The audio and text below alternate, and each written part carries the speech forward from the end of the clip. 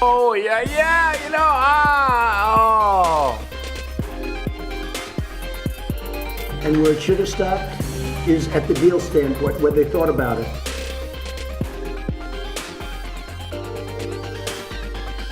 It makes me furious.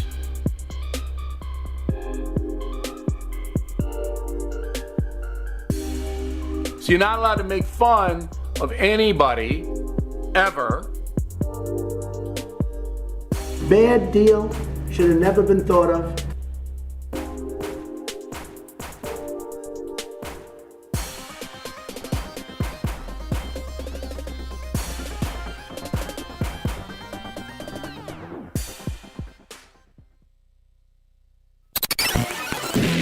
The Majority Report with Sam Seder, where every day's Casual Friday.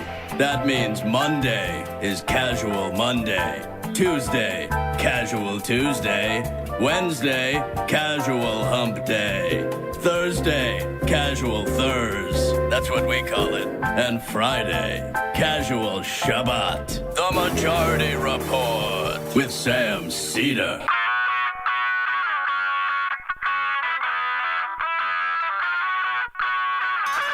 It's Friday, November 16th, 2018. My name is Michael Brooks. On a Michael Friday, this is the 5-time award-winning Majority Report. All we do is win. Broadcasting live steps from the industrially ravaged Gowanus Canal in the heartland of America, downtown Brooklyn, USA. On today's Casual Friday, joining us, Anna Kasparian. She's a co-host for the Young Turks Network. We're talking about her thoughts in the new Democratic House, notes of optimism, hints of skepticism. Also, we need to get rid of Facebook. We're going to talk about that and Chucky Schumer, another thing that we need to get rid of. Plus, later on, some people's favorite podcast who they didn't like when we criticized has also gotten mixed up in the Facebook mess. Told you so. Why do we always get predictions like that right? Vindicated again. Always vindicated. We're such assholes. Then, Chalk it up. what'd you say? Chalk it up. Chalk it up. I said all we do is win. Then David Feldman. We should go back to a map, like hold up the map, check out the map. Oh, look at the map. Look at the map. This is the Majority Report saying Five-time something was award-winning. trash, and it turns out to be trash again and again and again. David Feldman, brilliant writer, comedian, host of the very good, very informative, very funny David Feldman Show. He's going to be giving us a movie recommendation, talking about comedy, satire, and politics. He's been at it for quite some time. Seeing Beto O'Rourke and Ted Cruz in Texas while he was there writing for arguably our generation's greatest comic, Triumph the Insult Comic Dog. And we have stories to get to in the fun half. Katie Porter is flipped another House seat in California. Issa, I believe, is gone. Stacey Abrams is pushing forward for a new election as Republicans work to steal that governor's race in Georgia. Florida recount news continuing, not looking great for Bill Nelson, and little man racist Ron DeSantis is the new governor of Florida. Republicans use a congressional maneuver to get rid of protections for wolves and support the Trump administration in continuing the ongoing war on Yemen, conducted by Saudi and the United Arab Emirates. Political prisoner Luis Lula de Silva was seen in public for the first time yesterday at a court in Curitiba. There is an attempt to pin new, even flimsier charges on him. We have a clip from him. It's a little heartbreaking, folks, as we will continue our coverage of Brazil. The Amazon scam looks worse and worse as Ron Kim, assemblyman in New York, pushes for an alternative in the state legislature. Let's forgive over 1 million New Yorkers student loans instead of giving money to the wealthiest corporation in the world. All that, plus Bill de Blasio looking to privatize public housing as he morphs in to Michael Bloomberg. All that and more on today's Majority Report. Samantha is out of town. Jamie is out of town, so it's the three amigos. Why not? It's the Bernie Bros. It's the Bernie Bros. Pure full Bernie Bro Friday. We wanted to start this Friday off with some fun. And what did you say, Brendan? You said how did you call this? Steve Ducey and Sebastian Gorka in conversation. It'd be fun to bed some like PBS music under this. It's like Steve Ducey and Sebastian Gorka. I have a different bed planned. Okay, let's go for this. According to Senator Jeff Flake, sending those troops down to our southern border, that's just a stunt. It was all for the election. It was to bolster the president. What do you think? Are we talking about Jeff Irrelevant Flake? Why doesn't this guy just, he is more lame duck than the House of Representatives right now. Wait. All right. The Mobb Deep sound is perfect, but can we just play that one more time for a clean listen as to what his major burn on Jeff Flake just was? All for the election. It was to bolster the president. What do you think? Are we talking about Jeff Irrelevant Flake? Why doesn't this guy just, he is more lame duck than the House of Representatives right now. Double them haters. Boom. He's a senator who is retiring, so he's in the lame duck. And just like the sessions of Congress between the Congresses are referred to as the lame duck, I guess he's like other people that are not coming back. So he's super duper lame duck.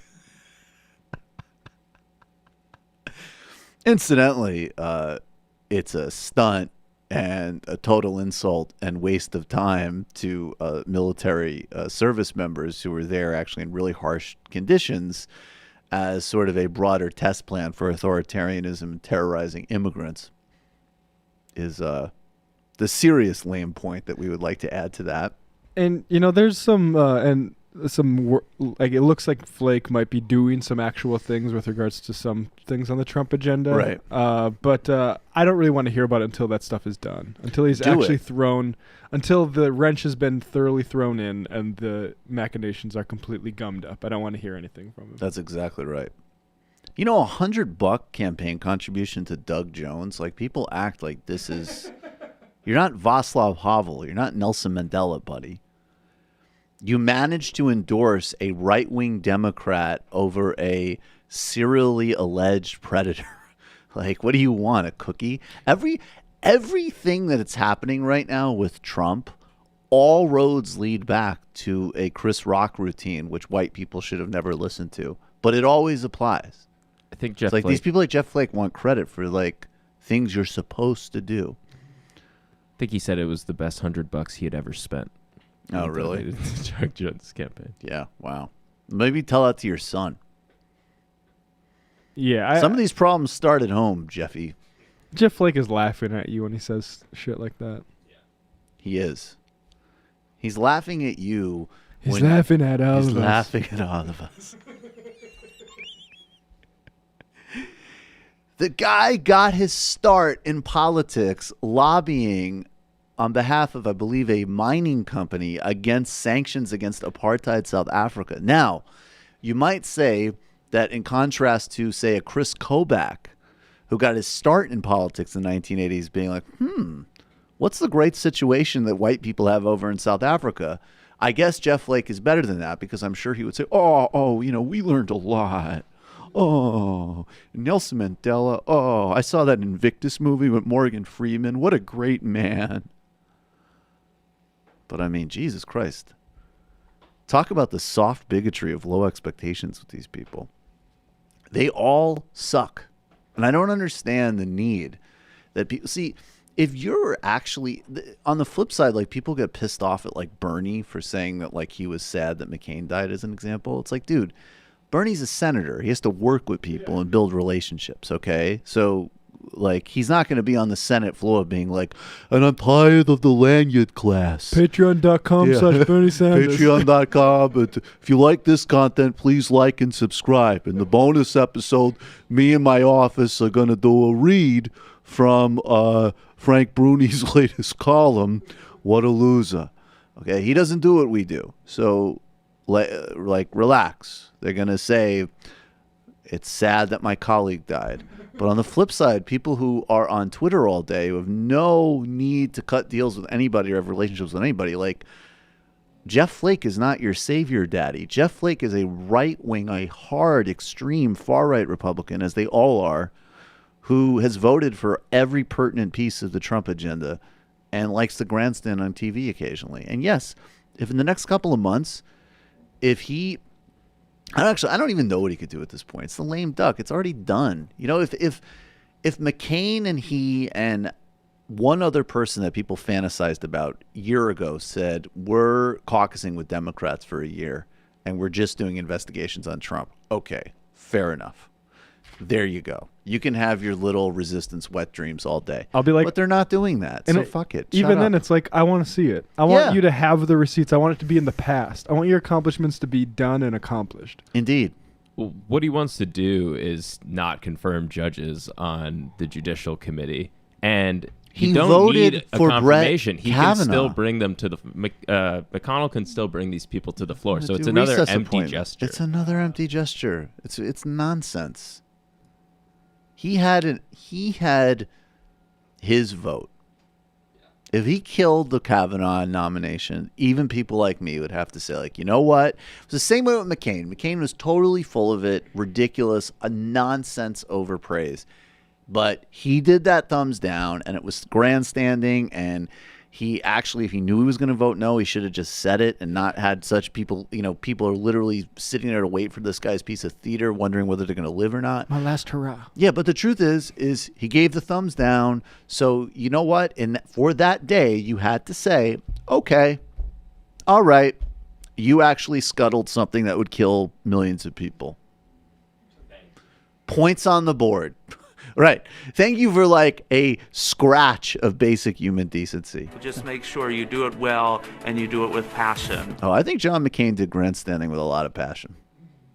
But I got to say, every time I see Meghan McCain, it's like, whoa, like it makes me realize some of the talent and capacity John McCain did have, because it clearly did not get transferred. Although they're both pretty. They were both pretty messy. And they both love drama. All right. We're going to take a brief break, and we're going to be back with the great Anna Kasparian from the TYT Network joining us. I believe this is her first Casual Friday on the Majority Report. We will be right back.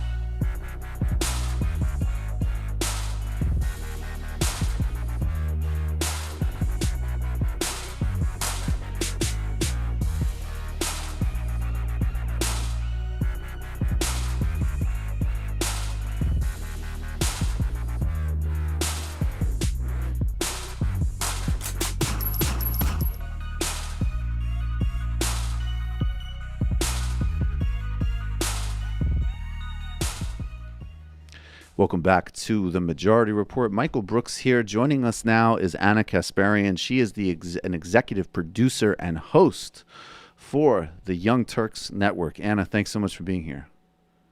Thanks for having me.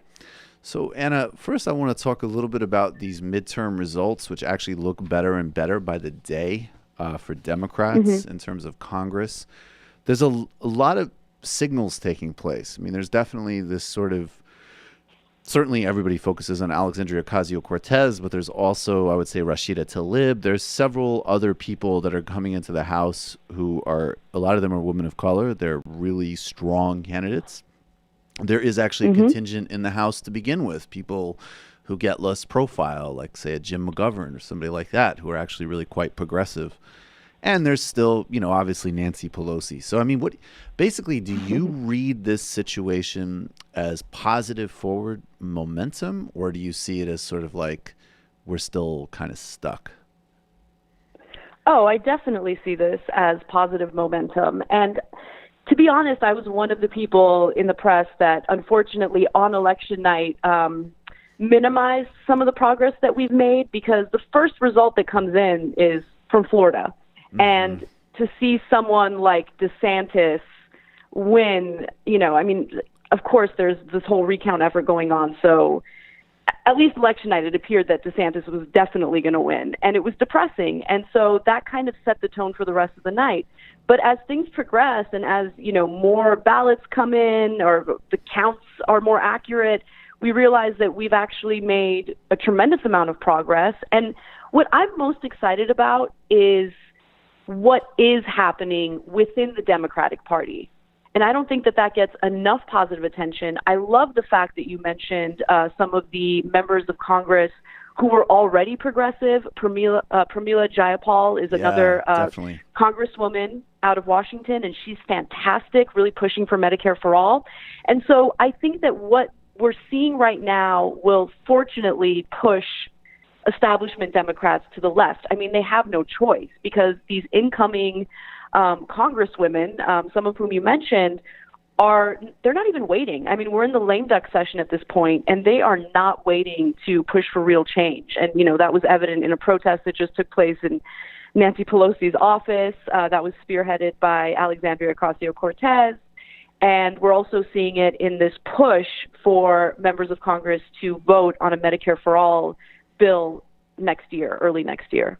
Yeah, I think you're exactly right. And I think the other thing that's really different now, that people, if they take a little bit more of a historical view, can be a little bit more optimistic now with the Democratic Party, is that there was a time when, of course, we know that a main reason that, whatever you want to call them, establishment, corporate, conservative Democrats, there's ideological differences, but there's also just the reality that, a handful of corporate sector interests fund campaigns. And so there's obviously a hugely disproportionate influence for Wall Street, pharma, arms, petrochemicals, all of the usual suspects, not only here, but even internationally.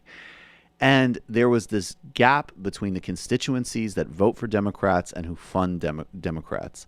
But what's happened now is there's a lot more, I think, of like a congealing, that there's going to be people who run and get elected and constituencies really around a clear progressive agenda versus just sort of like this major disconnect and a kind of a lack of sort of cohesion and leadership around an alternative to that establishment, if that makes sense.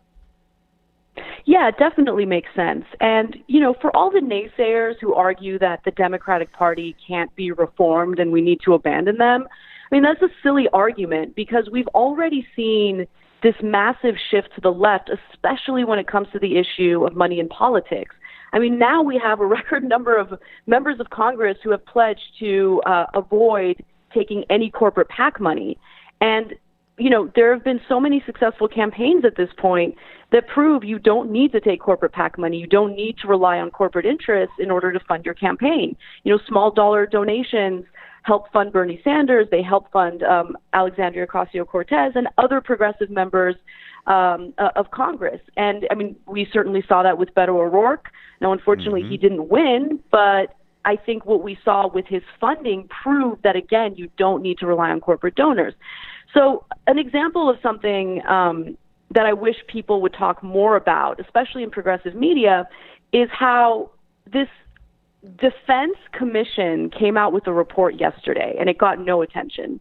So the Hill published it, and it enraged me because basically all these military guys got together, and they're making this argument that they need more funding. They need more military funding because the U.S. is deteriorating in terms of its military capabilities, and Russia and China pose a threat, and we need to worry about them, and we wouldn't be able to. Russia and China pose a threat, and we need to worry about them, and we wouldn't be able to fight multiple wars simultaneously, even though we're currently fighting multiple wars simultaneously. So that comes out, and it's clear that they want more funding, but there's never any debate about that. Mm-hmm. There's never any debate among Democrats or Republicans about whether or not we have enough resources to provide additional funding for defense. But at the same time, when it comes to Medicare for all, just the mere proposal leads to these fiery debates with people arguing that we don't have the resources, there's no way we can do it.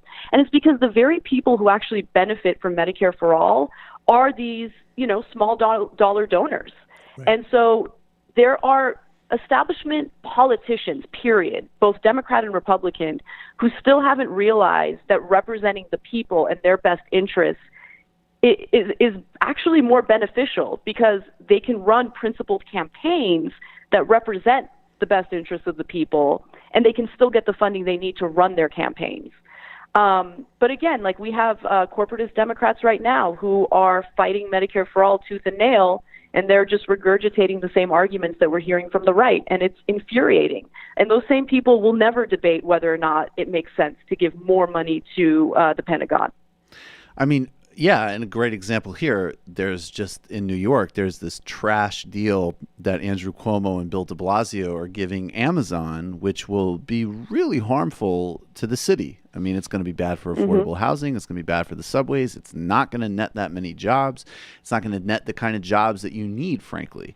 And, as a contrast, Ron Kim, who's an assemblyman here, is saying, has a bill in the legislature saying, let's take that $1 billion, get it out of these Excelsior tax giveaways, and just get rid of student debt for over 1 million New Yorkers. And that would definitely have both be the right thing to do, but also pay much bigger economic dividend for actual people in terms of buying houses and spending power. So it's never the spending. It's always the priorities. And one thing I will say on the negative side that overlaps what you say, why is Nancy Pelosi talking about PAYGO, right? This is exactly the wrong and destructive thing to be talking about that incidentally nobody cares about when, Democrats have power and it's time to actually deliver real things for real people. Yeah. I mean, Nancy Pelosi really does need to step down as Speaker of the House. And that was already abundantly clear, but once Democrats took charge of the House of Representatives, her first statement was about bipartisanship. No, we don't want bipartisanship. How can you argue that we need to unite the country when Republicans consistently and incessantly punch you in the face when they have all the power? Right. It's frustrating, and I think what people want on the left is a party that really fights for them. We want fighters, and I'm not talking about Trump-like imbeciles that fight for no reason and have this authoritarian streak. We just want people who actually represent our best interests and do so in an unapologetic way. And that's what we're seeing with some of these new Congress people, and it's great. I absolutely love it. That's honestly what I'm most excited about.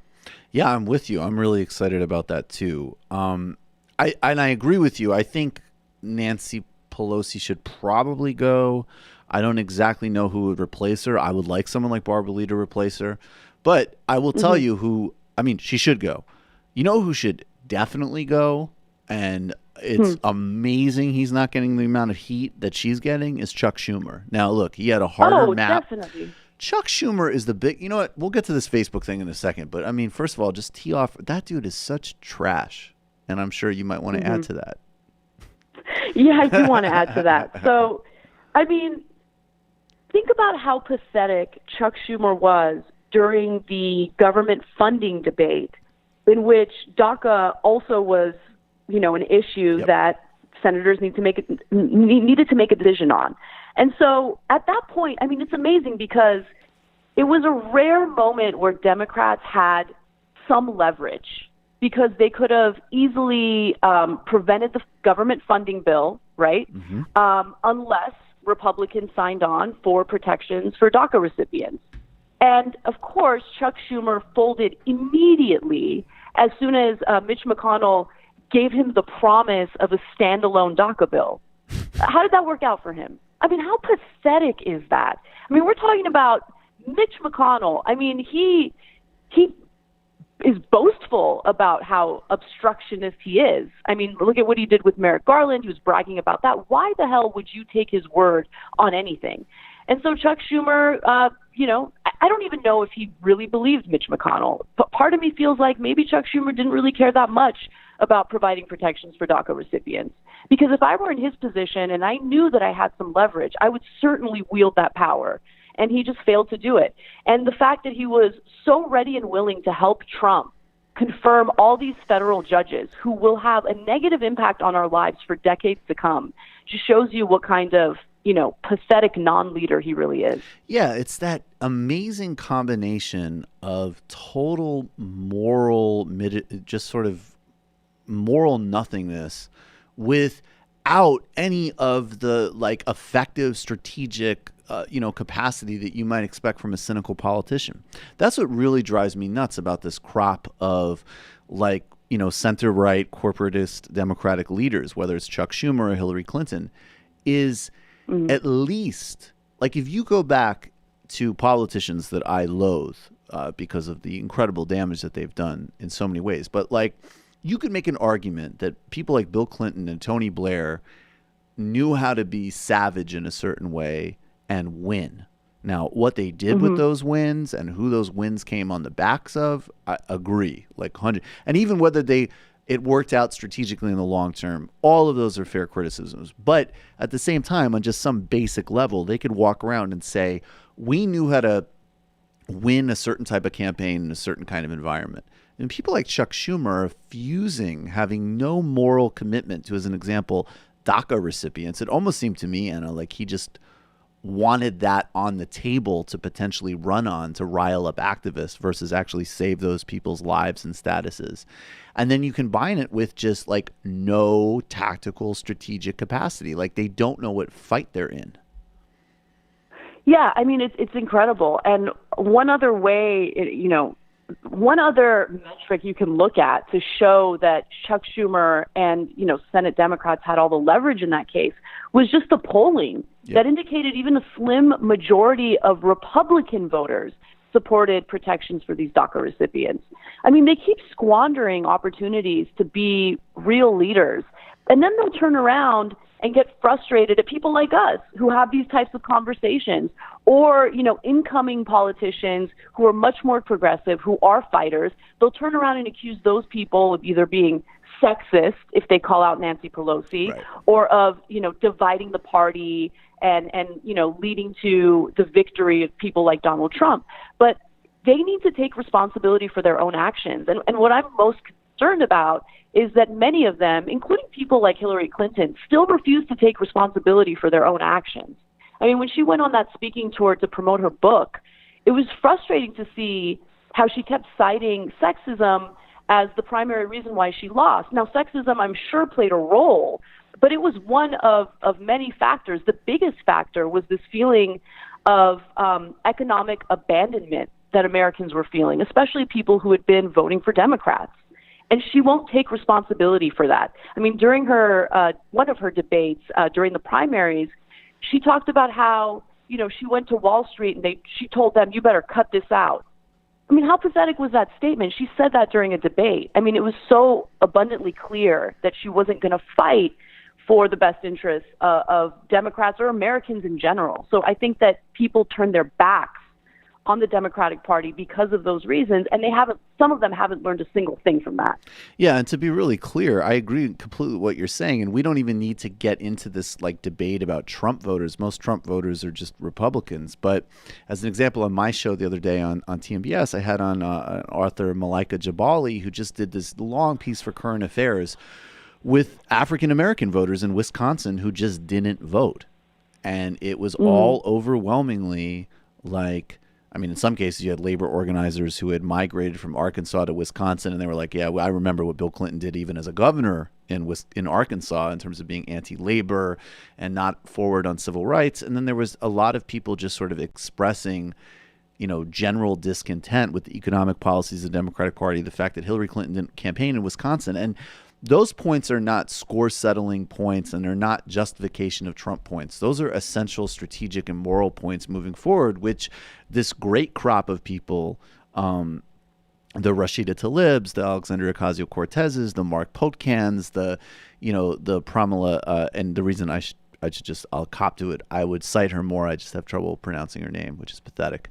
But Pramila Jayapal, like those people they get it. And, and of course, and it's so funny because for the actual like left politicians and for us, this whole distinction that supposedly exists in this argument about whether you're there for social democratic policies and universal programs like Medicare for all, and whether you're really serious about stopping ICE and terrorism and having a humane and for real immigration policy and dealing with police violence and structural racism, there's no division there. It's actually always the same people on the left and most aggressive and most moral position across the board. Yeah, definitely.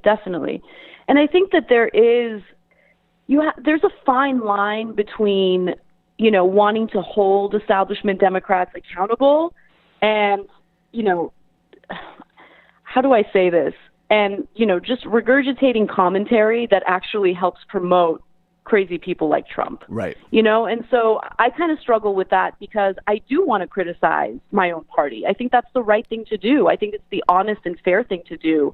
But at the same time, you have to include the caveat that if, the primaries are over and you're left with two options and it's a corporatist Democrat and a Trump supporting crazy person, you got to go with unfortunately, the corporatist Democrat and hold that person's feet to the fire, push them to do the moral thing. And I think that we can accomplish that. I really do, especially considering some of these incoming Congress members. I agree with you completely. That's just reality. I want to talk a little bit about this Facebook story. The New York Times put out an incredibly extensively reported piece a couple of days ago, which I think just sort of confirms probably what most people who understand Facebook at all to begin with, which is that like Amazon needs to be nationalized, Facebook probably just needs to be abolished. Just totally destroyed. Mark Zuckerberg actually in a way is totally delusional and disconnected, but seems almost, because he's so disconnected, less blameless in a way. And Sheryl Sandberg is totally full of shit. And that's another early Majority Report call. There's another person that I never showed any respect for, and we're vindicated again. But anyways, besides my pettiness, what did you take away from that story? I mean, both in terms of like the way Facebook played some very traditional DC politics, contra to their brand of hiring Republican oppo firms, trying to even play both sides of anti-Semitism, and also really, I have to say on the flip side too, look, there's so many things that are up in the air about the Russia stuff, but what's interesting to me is that regardless of the role that those ads or those Russian sites or just fake news generally played, obviously Facebook was covering it up and had an incentive to cover it up. And that has a much bigger implication than this or that Russia story. That's a major media publishing platform which is totally willing to lie and cover up its culpability in a whole host of things. Definitely. Blexit was a huge story because of Kanye West and Candace Owens, but I think one of the stories that isn't really being focused on enough is the number of people who are turning their backs on Facebook and no longer using the platform because of all these controversies, because of all these scandals, the Cambridge Analytica scandal, and then, now we're hearing about this Oppo research firm that essentially, spread crazy conspiracy theories that we hear from the right wing, in regard to George Soros. And what I took away from the story more than anything was that at the end of the day, Facebook is a corporation. Yep. And for all the crap that Silicon Valley gets from the right wing in regard to them allegedly being too liberal, when push comes to shove, these organizations, these companies are not really liberal. They might have socially liberal positions, and I think that that's actually the easiest thing to do, to have socially liberal positions. But when it comes to taxes, when it comes to regulation, when it comes to the things that really, really matter, they are always in line with what the right wing wants. And they always concede to right wing desires. I mean, they'll get a little bit of bullying from right wingers, even like clownish right wingers, like, what was it, Silver and Silk or whatever? Diamond and Silk. They helped get some info to Diamond and Silk. And I don't know why you're calling them clownish, Anna. They're super important advisors to the Trump administration. Oh, my God. Jim Acosta got his press credentials pulled like 15 minutes after they went on TV and said to get rid of him. So those are some hitters. It's amazing. It's amazing.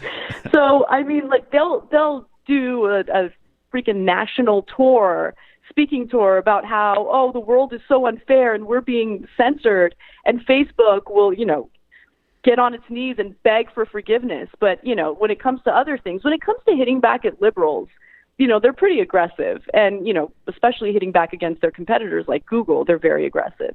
But another thing that I took away from this story actually doesn't have to do with social media at all. It has to do with this whole industry of Oppo researchers and the damage that they do to our political system. Mm-hmm. Because there are a lot of great people out there who have flirted with running for Congress, running for office. And just knowing that these firms exist and they just seek to destroy you and do character assassination, I mean, it persuades you to avoid running. And right. Something that's never been announced ever publicly, so I guess this is an exclusive for your show. Wait, hold on. Is my board up, Matt? You ready? All right, Majority Report exclusive. Anna, go ahead. So I was considering primarying Dianne Feinstein. And it was a really difficult decision. Right. But I decided against it. And one of the reasons why I did decide against it is because the Oppo research wheels were already turning. Yeah. Like she had already, I don't know who she employed, but they had dug up some crazy nonsensical video where we were talking about Olivia Munn's book. This is like, I don't even know how old, years and years ago. And in her book, she had made fun of, I'm forgetting the name of this producer or filmmaker. She made fun of his genitals. And so the only commentary I had about it was, that's classless. You shouldn't do that. Well, it turns out that the same person that she ridiculed in her book, years later, she came forward and said that this person had sexually harassed and sexually assaulted her. And so what they did was they found that video from years ago where we're not talking about sexual assault at all, and then they fed it to the press, to Mediaite to be specific, right. And made it seem as though I was calling her classless for her sexual assault allegations, right. Which I would never do in a million years. So anyway, the Oppo research had already begun, and right. I'm fine with it being, geared toward me, but then I started thinking about family members. I had a conversation with multiple family members about, what do you think about this? And they just did not want me to run because they didn't want to be, targeted. And it's just disgusting that these industries exist because it really does discourage people from getting involved in office, getting involved in public service. Yeah, it is disgusting, and this group Definer Strategies, which is the Republican firm that they hired, they cut their contract right around the time the piece was published, and a spokesperson for Facebook, might have even been Zuckerberg's, was like, "Oh well, they did things that we don't want to be associated with," and I just think. In general, I agree with your point. I mean, these industries are really disgusting, and they do have big sort of civic consequences. But people just need to let go of any fantasy about Silicon Valley being any different than any other part of the corporate sector and the negative, dangerous influence they have on public life. And frankly, Silicon Valley needs to let go of it too, because when you talk to Wall Street people, they're a lot less delusional about what they're up to than Silicon Valley people, in my experience. I mean, there's some, obviously there's exceptions to every rule, but you talk to most Wall Street guys, they're like, yeah, I'm trying to make a lot of money. And that's what I'm doing. In Silicon Valley, it's like, oh no, we're improving connectivity. Well, why and for what and how and what's the benefit? Oh, no, connectivity is great. I just want to add to this, and we'll do the petty part later, but I actually think this is important because what Pod Save America got locked up in this because they have a guy named Tim Miller on regularly who is sort of like their hashtag resistance, like I'm a Republican, but I don't like that Trump is overtly racist guy. And he was a part of the consulting firm that did this work for Facebook. And I just, Ashley Feinberg, basically she has a piece in Huffington Post called What Did Pod Save America Expect? Don't put a professional Republican smearman on your podcast. And I mean, yeah. Like, I don't really have anything else to add to that. Like, again, I just keep using that word delusional. Like, what do you expect from these people? And just because they get that Trump, I mean, talk about low bar. I mean, these are still operatives. Yeah, absolutely. And look, the hosts on Pod Save America, were deeply tied with the Obama administration, right. And they're very comfy and cozy with the establishment. And, I'm not saying that simply to insult them. It's just the truth.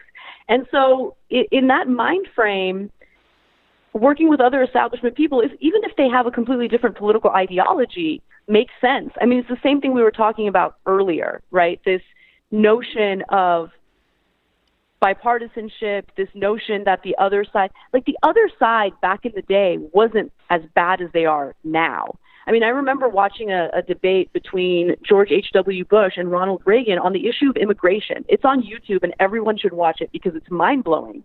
And it sounds like two modern-day liberals debating immigration. It was amazing. Right. And so that provided even more evidence for me, indicating that the right wing has moved so far to the right. They're far gone. There is no working with them.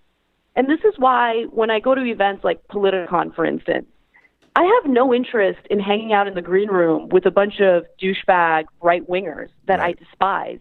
I don't want to be friendly with them. I don't want to smile at them. I don't want to have a nice conversation with them. They are, by definition, the enemy at this very moment, and we need to fight them.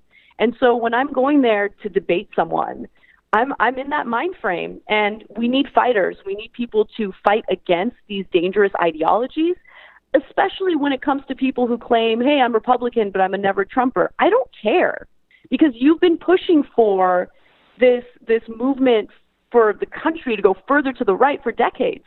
You're part of the problem. You're part of what led to someone like Donald Trump having a chance. And so, Bill Kristol was one of the people on my Medicare for All panel. He's a never Trumper, doesn't like Donald Trump at all, but is also a pretty deplorable person. And so I wasn't going to give him a pass during this debate because he's right on Trump. He's still horrible in a million other ways. I'm also like, can we get back to not liking Trump is like, I can't even think of, honestly, I just can't even think of the right analogy, but I'm just saying this is like the type of thing where it's like, I don't know, like this is like, I think basically everybody doesn't like Jeffrey Dahmer. Like, this is not something like, I get that he has a cult and he has a following, but this is not like a major accomplishment we're talking about here. You're not supposed to like Trump. You're not supposed to. Like, there's nothing. And in fact, this is exactly what you're talking about with that pathetic debate with Steve Bannon and David Frum that took place a couple weeks ago. Because on top of it all, Bannon beat him because Bannon is a better speaker and more in touch with people in very bad ways too, by the way. But and they don't have much of a policy difference. Just Frum is like, let's have restrictive, punitive, abusive immigration policies, but don't be a dick about it with your language. And everybody sees that. Yeah. Yeah, I feel like the never Trump Republicans are people who actually agree with most of his policies. They just don't agree with the rhetoric. Yes. Because the one thing that Trump has done is he's been very transparent about what Republicans and the Republican Party have been about. Their hatred for people of color, their hatred for the LGBT community. I mean, he's been their desire to essentially provide more tax cuts for the wealthy while simultaneously pushing for cuts in funding that we, as the middle class and working class, have paid into, Social Security and Medicare. I mean, he's just so brazen about it. And I think that the Republican Party, specifically those who are never Trumpers, are just worried about the long-term damage that honesty is going to do to their party. Yeah, Anna, I think you're exactly right. And I appreciate your time as always. I hope we'll do something like this again soon. And I'm going to, I don't know, some point when it's cold here, I'll get out to LA and do a panel with you guys. Yeah, I would love that. Thank you for having me. I really appreciate it. Anna Kasparian, you can, of course, follow her on Twitter and everywhere else. We'll have links. She is an executive producer and host for the Young Turks Network. Anna, thank you so much. Thank you. All right, folks. We are going to take another brief break here. And I should say, I was remiss. I should have mentioned this in the headlines. This DOJ, that apparently federal prosecutors, I'm not entirely sure how they did this, but they accidentally revealed that they're going to be indicting Julian Assange. And they did it as part of another case that they were bringing forward. I don't even think the other case has anything to do with what they're doing with Assange. So it basically just seems like a kind of very buffoonish era. And I'm going to talk about this more later, but people need to get, and we have fully crossed the Rubicon on Julian Assange's trash. And it's a shame because, you know, when Julian Assange first came to my awareness, when he was releasing things like the Afghanistan cables, you could criticize specifics of what he's doing. You could question the ideology, but it was very important. Things like the collateral murder video revealing U.S. civilian, presiding over mass civilian casualties, incredibly important. Obviously, most of the Edward Snowden revelations are incredibly important for mass domestic spying, for U.S. interference abroad, no doubt. But it's been clear for quite some time that Julian Assange has a political agenda that's at least coalesces with the right. Maybe he was doing it out of self-interest. Obviously, the Obama administration, Hillary Clinton, were very hostile to him. Well, that was incredibly foolish if it was a strategic play on his part, because the Trump administration's charges that have been unsealed are things that even the Obama administration, which was incredibly aggressive on leaks and very bad on freedom of the press issues, actually held back from doing. And which is to say, we'll elaborate later, people are going to need to walk and chew gum on the same time as this, because I have no love for Julian Assange. I have no particular concern about him. I have no problem, with him going back to Sweden or wherever else. But the charges that they are unveiling are a fundamental threat to press freedom, period. And this is definitely one of those times where, even if the case study is contemptible, you must be concerned about the case. We're going to take a brief break, and we'll be right back with the great David Feldman, host of The David Feldman Show.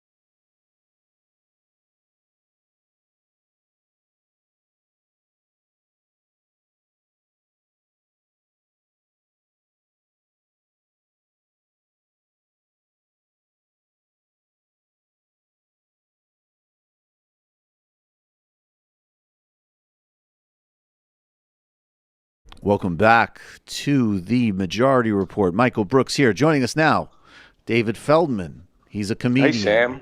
Hey, Sam. You know, I got to tell you, I've been doing this show for a couple of years now. Yes. And it doesn't sound good today. I don't know what it is, Sam. Do you have a cold? Oh, you bastard.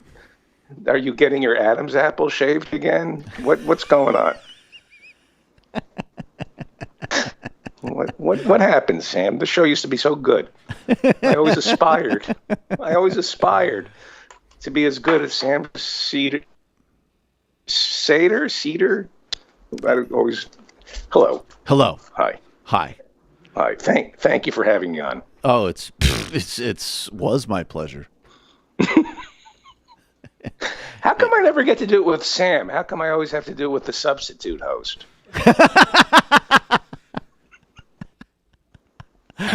That was David Feldman, everybody. You occasionally can hear him talking to Judy Gold somewhere. Thanks, David. Where is Sam? I think that's off the record, actually. Oh, okay. Yeah. I don't know where Sam is. I love Sam. I love your show. I do. I watched this show, and do you know this guy, Michael Brooks? Yes. He's pretty good. He's a prick. And I hear he smacks the staff around. Often. But, huh? Often. Often? I get pissed when he gets angry when there isn't a Lula sound in his sound sheet. Who says off 10?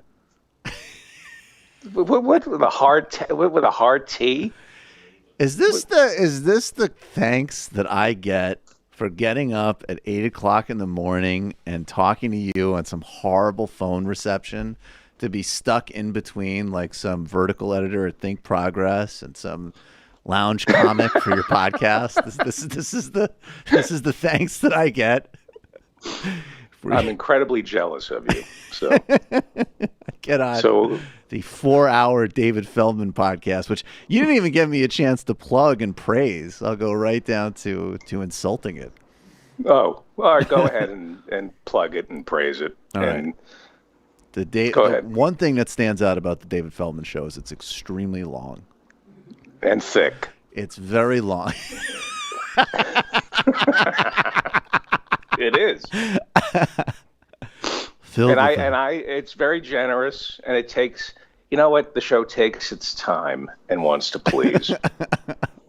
And is very loyal and doesn't flirt with other podcasts. It's very devoted to the audience. Very thick and long. Texts other podcasts in the middle of the night. Yeah. Other, you know what I like is I like when you, because I really do no bullshit. I listen to the David Feldman show, and what I like is sometimes because you have an interesting array of guests. You'll have people like me or Sam who are kind of or who's that guy, Howie Klein? Is that his name? Oh, he's a good Genius. Genius lefty guy. And then you have on like comics. Because you're like Sam, you're sort of show business adjacent. Boom.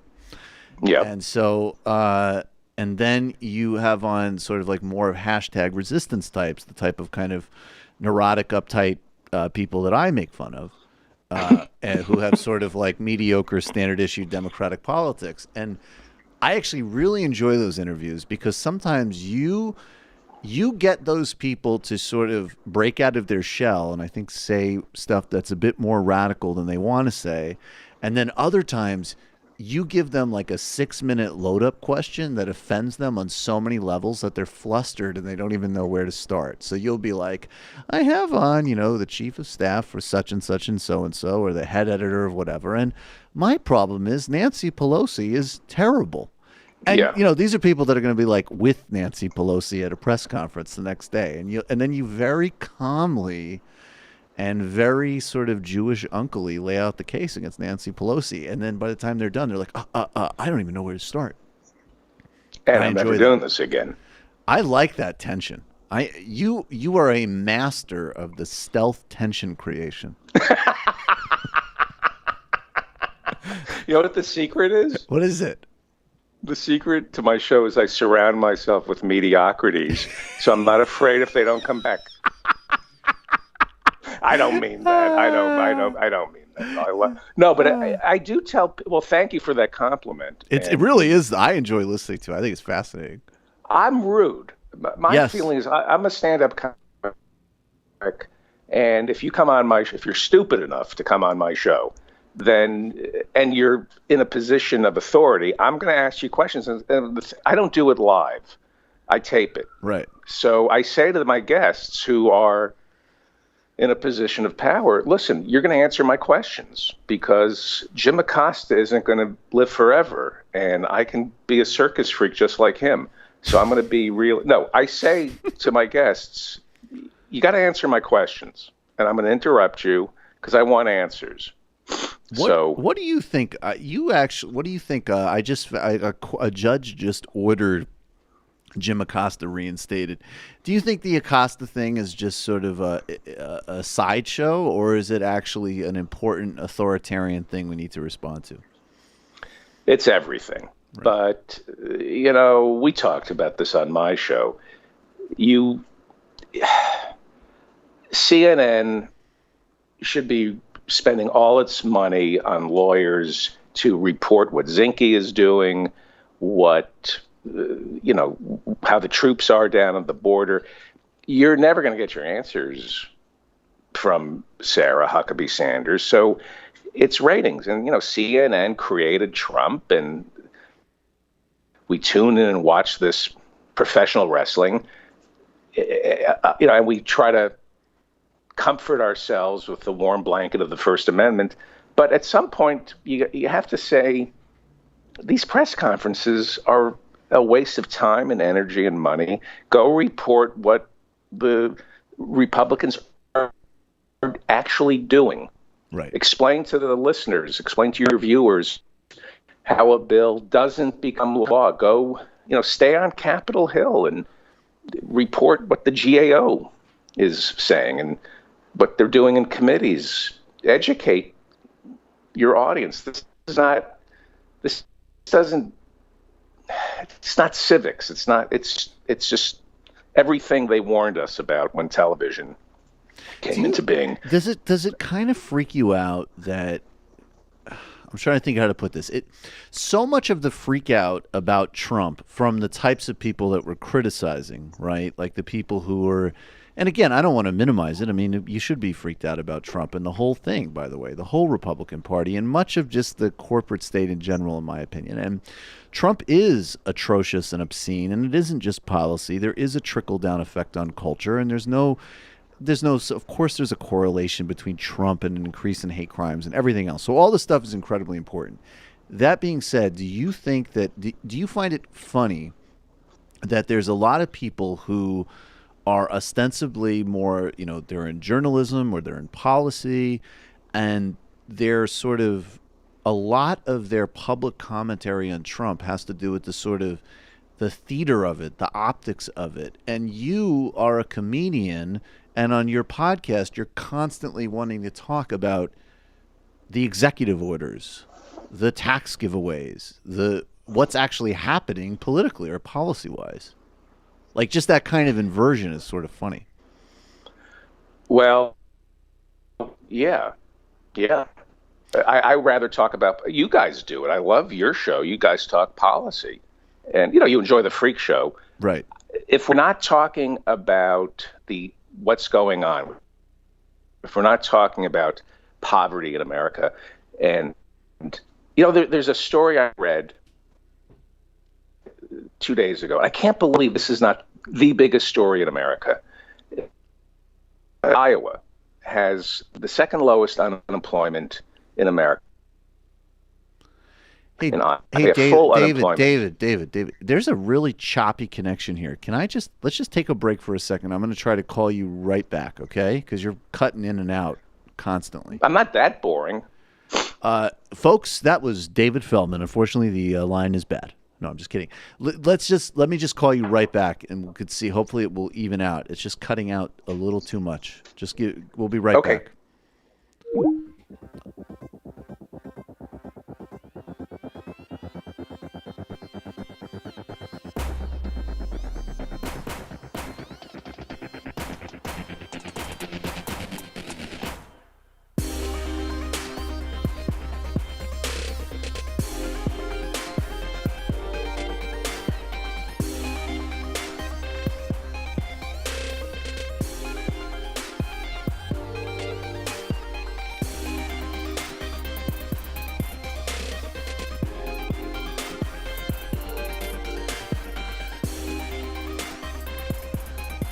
All right.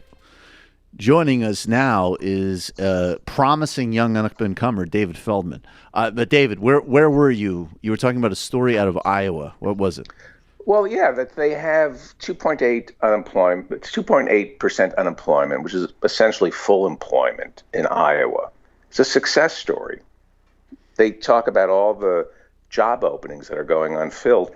Meanwhile, 40% of people in Iowa can't make ends meet. They can't pay their phone bill. They can't pay their rent. They can't pay for their health insurance. That's the story of the story of the generation. And for Jim Acosta to just be wrangling with Sarah Huckabee, who cares? Right. You know, if you're not addressing these economic problems and what is ailing Americans, you know, healthcare is very, as the Orange Buffoon said, it's very complicated. Healthcare. Your CNN is to educate your viewers. If you don't explain to Americans how private equity works, that the retail apocalypse 2 years ago, all of a sudden Macy's and Target reported, you know, record losses. That didn't happen because of Amazon. It happened because of private equity. That's right. Loading up on debt. Yep. And that's complicated. You know, I don't know what private equity really is. Your job at CNN is to teach us how Wall Street works. Who is the enemy? And this is my complaint about the Democrats. Michael Avenatti, who it looks like is, I guess, innocent, right? I haven't followed that story because it seems like it came out yesterday, but it's looking like it comes from a very sketchy source, and I think we got to practice and I'm not a Michael Avenatti fan, but you got to practice. But you're a big proponent of don't trust the accused. You always isn't that you're saying believe the accused? I think yes, exactly. Or is that what you'd say to me off mic? I never know when we're out. No, it's Harvey Levin's thing, right? I don't know. Harvey Levin? Who's Harvey Levin? From TMZ. He's the TMZ Trump supporter. Was it? But I guess I haven't been following, but I heard that this Surefire might be involved. I haven't. It's too. It could totally be the case. And as I say, I have no love lost for Michael Avenatti, but I've just started to. I'm wary now when anybody, you know, who's sort of gone up against the Republican machine like that. I just want to let it breathe for a minute and see what happens. Right. I would one way or another like to see him not be on TV as much. Frankly, I'm sick of the guy, but that's not the fault. That's not the fault of the Democratic Party. That's the fault of the media, because he's camera ready and he's got his link to Stormy Daniels, who is very camera ready, and we need people like Michael Avenatti the same way we need Gloria Allred. I mean, Gloria Allred, if she sees a camera, she'll, you know, she's ready. But, you know, she also gave us Lisa Bloom, who's one of the world's biggest scumbags. Her daughter was defending Harvey Weinstein. But you need these pit bulls. Right. Like Michael Avenatti. He's not a bad guy.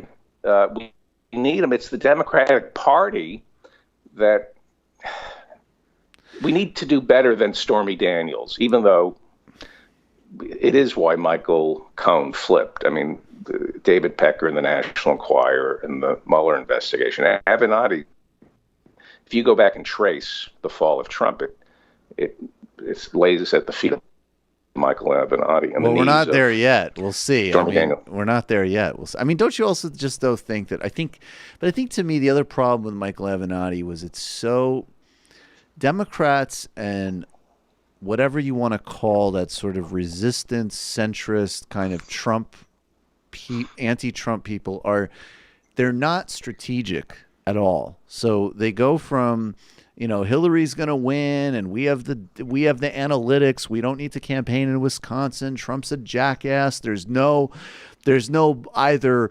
massive insurgency or massive, you know, reality of racism and misogyny and bigotry that this guy's plugging into in this country. There's also not this massive discontent because all of our failed economic policies. We're just going to coast and we've got the analytics in place and it's fine. And then these same people, you know, go from that arrogance and that sort of cruise control technocracy to, oh my God, how are we going to beat Trump? How are we going to beat Trump? Oh my God, we need somebody who can do this. We need somebody who can be on TV. And then, Avenatti comes along and it's like, okay, you go from this is all just a big joke to the one person that can take him on is someone who can do like a decent CNN hit and call Trump a jackass. And I think in both cases, it's like, guys, whoa. Like, take a breath. Let's game this out a little bit, okay? Like, both approaches, both being sort of arrogant technocrats who don't see reality, and the second one being like in a state of total emotional freak out and grasping on the first straw you see, isn't going to work either. Yeah. I agree. I think I'm a Democrat because I'm practical, and I wish something better would come along that could actually win, but I do like to win. Yep. So I think the Democratic Party right now needs to fight. We need to really punch each other.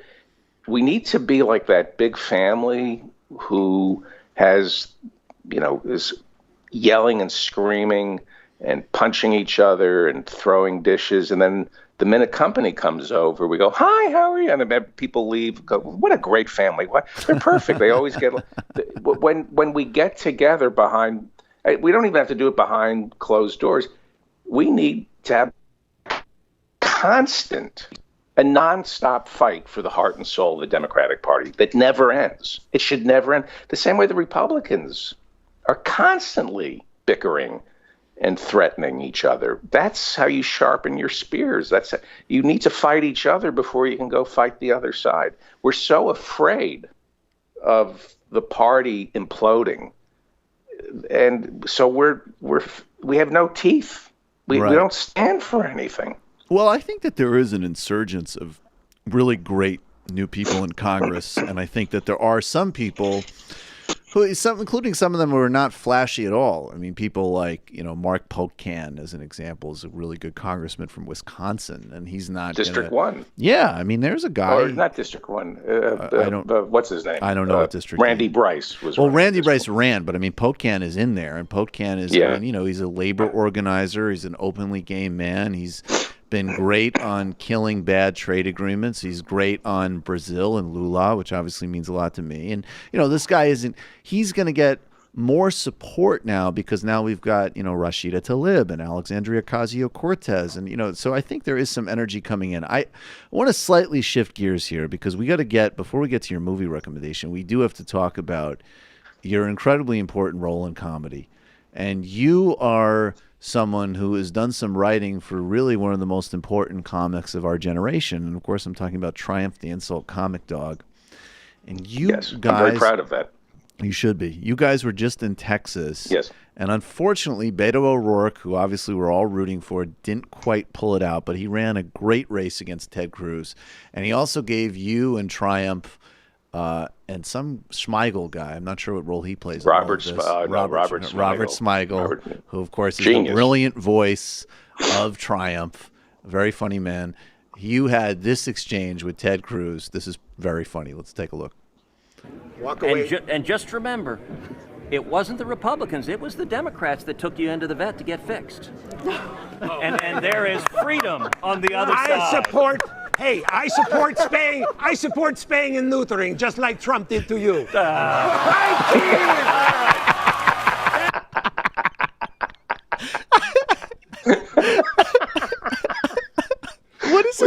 What is it like when you're there? Because Ted Cruz, the thing that's weird about Ted Cruz is it's not Trump at all. Because Trump's totally like I feel like Trump would probably just push Triumph off. Like, if I'm going to be in a situation where I don't get the better of it, I'm not going to do it, period. But Cruz has this weird thing where it's almost like he wants your approval. He wants to be in, and he just never is going to be because he's just repulsive. And he gets that look of hurt on his face because he is aware enough to know that he got bodied. Yeah, he's a big fan of comedy. Big fan of comedy. He watches The Simpsons. Robert Smigel is a comedy writing legend. Go look up his CV. It's just incredible. And Ted Cruz knew exactly who Robert was, and immediately started talking about Saturday Night Live and all these sketches. So these guys watch, well, at least Ted Cruz does. He's a big fan of comedy. And I always say, never meet your enemies. They always say, don't meet your heroes, you'll be disappointed. Don't meet your enemies because they're very charming and you fall in love with them.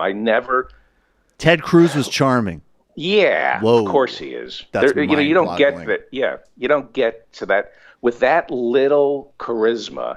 How do you rise that far? There's something there. There has to be. It's like I was thinking oil money. I mean, oil money and extremism. Yeah. I don't know. Yeah. And the CIA And the Cuban CIA. nationals. Yeah, exactly. There's a lot of money. In I feel Kennedy. like Trump's line about Cruz's father was the most well-founded crazy thing that Trump's ever said. Here's the thing about Triumph the Incel Comic Dog, very quickly. Yes, Go please. on YouTube and look up all the stuff the dog did during the 2016 election. I ran into Sam at the Philadelphia convention and the one in Cleveland in 2016, and I felt guilty because Sam was there covering the two conventions, and Triumph had all access to everybody. And I remember thinking, this is what's wrong with our system. Triumph, the Incel Comic Dog, can get into any room and talk to any politician, but the real journalists like Sam can't. And it's definitely something that's wrong with our system. That a puppet can gain access, can go talk to Bill Clinton. But of course, it's wrong. the guys who write and script the puppet who have those concerns. That's like the other compounded irony, right? There's nobody in the press shops who are thinking, oh, this really reveals something about our system. It's the guys who are, and by the way, I have to say, we won't play it, but what you guys did to Mike Huckabee, I mean, wow. I thought, because he is such a horrible human being, but even by the end of that one, I was like, whoa, that is brutal. This is what drives me nuts about the Huckabees. I fell in love with Mike Huckabee. We hung at Huckabee in Iowa in the run-up to the convention, and I realized this fat slob grew up in Arkansas, and the only way he could get out of that trailer park was through religion. He went into radio and politics. He had to rise from the muck of Arkansas using conservative ideology and religion because that was the only thing that was available to him. But if he grew up in New York City, he would have been a completely different ideologue. The guy is a genius, the sharpest mind, one of the sharpest minds, comedically. David, not on his Twitter feed. Not on his Twitter feed. I am telling you, Mike. Not on his Twitter feed. Well, but he has to play to his, I think that if he grew up in New York, he might be like Bo Dietl. What? I think if he grew up in New York, he'd be like Bo Dietl or somebody like that. I'm telling you, if you met Mike Huckabee, he is in the moment. He's sharp. Nothing gets by him. And the same applies to I'm not going to say anything nasty about the daughter. Here's the thing about Mike Huckabee, because I wrestle with this. You meet these people and you like them. They're charming. You think, what, I can have dinner with this mass murderer.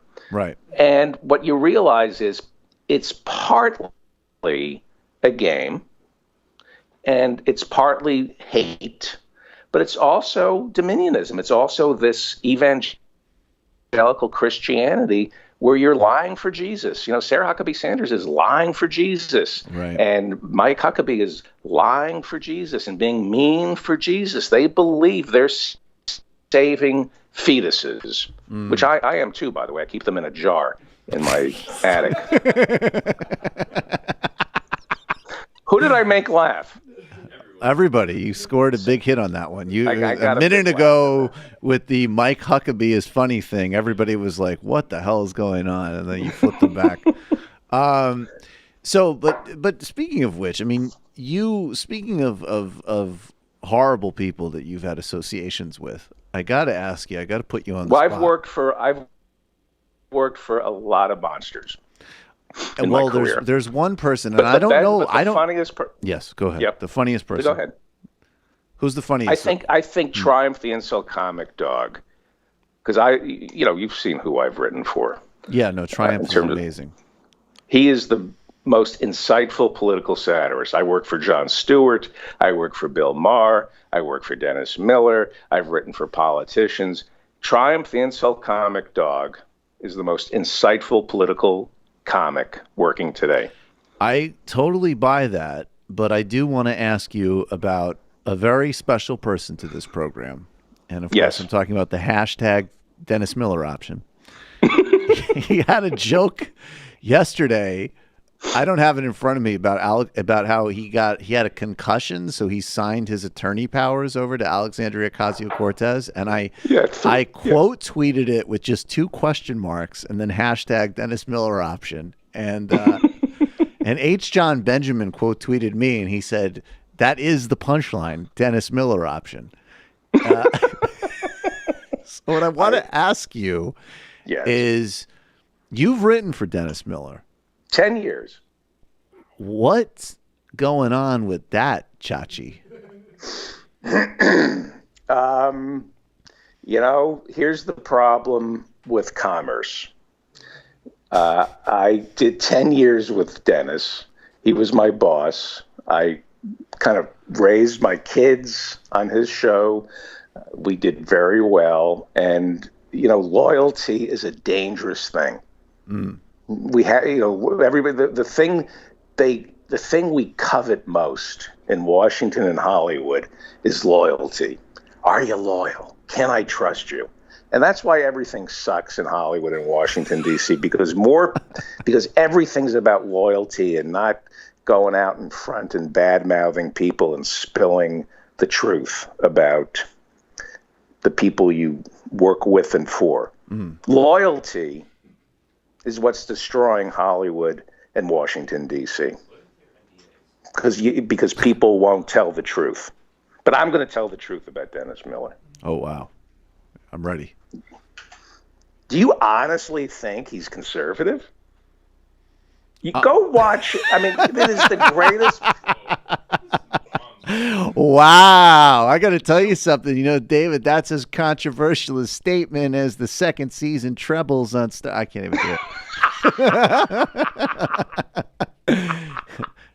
Feldman's on Majority Report like Liberace in Bucks County in 1975. Hold the draft beer. I watch you and Kindler. Yes. And Sam Seder eviscerating one of the greatest comedians of the 21st century. Of the 21st century. Again, oh my God. Can I ask you the Huckabee question again? Have you looked at his Twitter feed? You're not getting it, man. It's like, you know what? Do you know who S.J. Perlman is? No. You never read S.J. Perlman? I never read S.J. Perlman. Okay. You're not getting the joke, man. You don't so see is the the performance joke that art he's a that's going massively depressed shut-in in Southern California, has nothing to be upset about, but for some reason is miserable? Is that the joke? He's playing three-dimensional comedy chess that is so beyond anything you, Seder, or Kindler could comprehend. It is so funny, but you're just limited. You're limited. Wait, so is he doing? Are you saying he's doing an incredibly low energy, high concept Andy Kaufman thing? Yes. Did you ever see the Black and White album that he did? No, No, because honestly, when Dennis, I was a '90s kid, so I guess I could have came across him, but I feel like most of what people tell me was when he was really hitting it was like in the '80s and early '90s. I wasn't watching that stuff then, man. I don't know. By the time I first was aware of Dennis Miller, he was on Jay Leno being like, why wouldn't we invade the Iraq? Even the caribou at the Anwar Wildlife Refuge are like, you gotta get Bin Laden. Whoa, Pelosi, what a bitch. No, it's that's what I saw. The definition of satire and irony. Say what you don't mean, and be so ridiculous that people will go, oh, I get it. He's parroting these people. So basically, the one part of your theory that I find plausible. It's not a theory. I know for a fact. Oh, okay. Oh, shit. Well, you would know better than us, but the one part that does come across to me, because I will admit to being far too dim. And I feel bad because this is disloyal, and I'm kind of blowing the lid on Dennis's act. And I did I love the guy. I do. But, like he said to me, Felder, I'm going to trash Muslims. But it's going to be really funny. Most people aren't going to get it. It's going to be really funny to watch Jewish people get frightened by the way I trash Muslims because he's coming for us next. It's going to be really eye-opening and a real experiment, a new level of comedy. But you can't tell anybody. And I said, okay. But I watch you. Wait. So can I just say though, there's one part of this that I think. No, he said to me. This is what he said to me. Yeah, please, this is the God's honest truth. Yes. He said, I'm gonna wave the war flag in Iraq, and I'm gonna get about 1 million Iraqis killed, and about 5,000 American soldiers are gonna die. And hundreds of thousands of them are going to come back wounded with PTSD, and we're going to neglect them.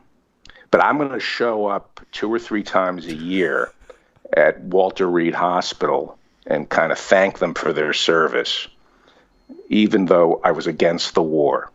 Even though he's for the war. No, really. I get it. And that's going to be like a ruthless satire of the American war machine. No, he's punking. He was punking he punks the soldiers. It's so funny. It really is. It's like, I'm going to send these guys off to war. I'm going to bang the war drum, get these guys killed and wounded, unable to, get back into American society when they come back. Right? Right. And then I'm going to support tax cuts for my friends so these soldiers can't get any help at the VA. It's hysterical. Get it?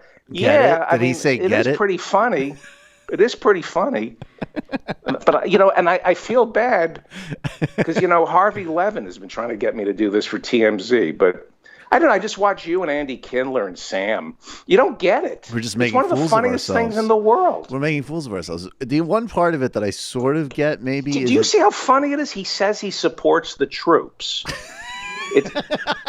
Do you get how funny this is? I support the troops. I'm starting to get it. They're the greatest America has to offer. I love these boys, these women. They're the best.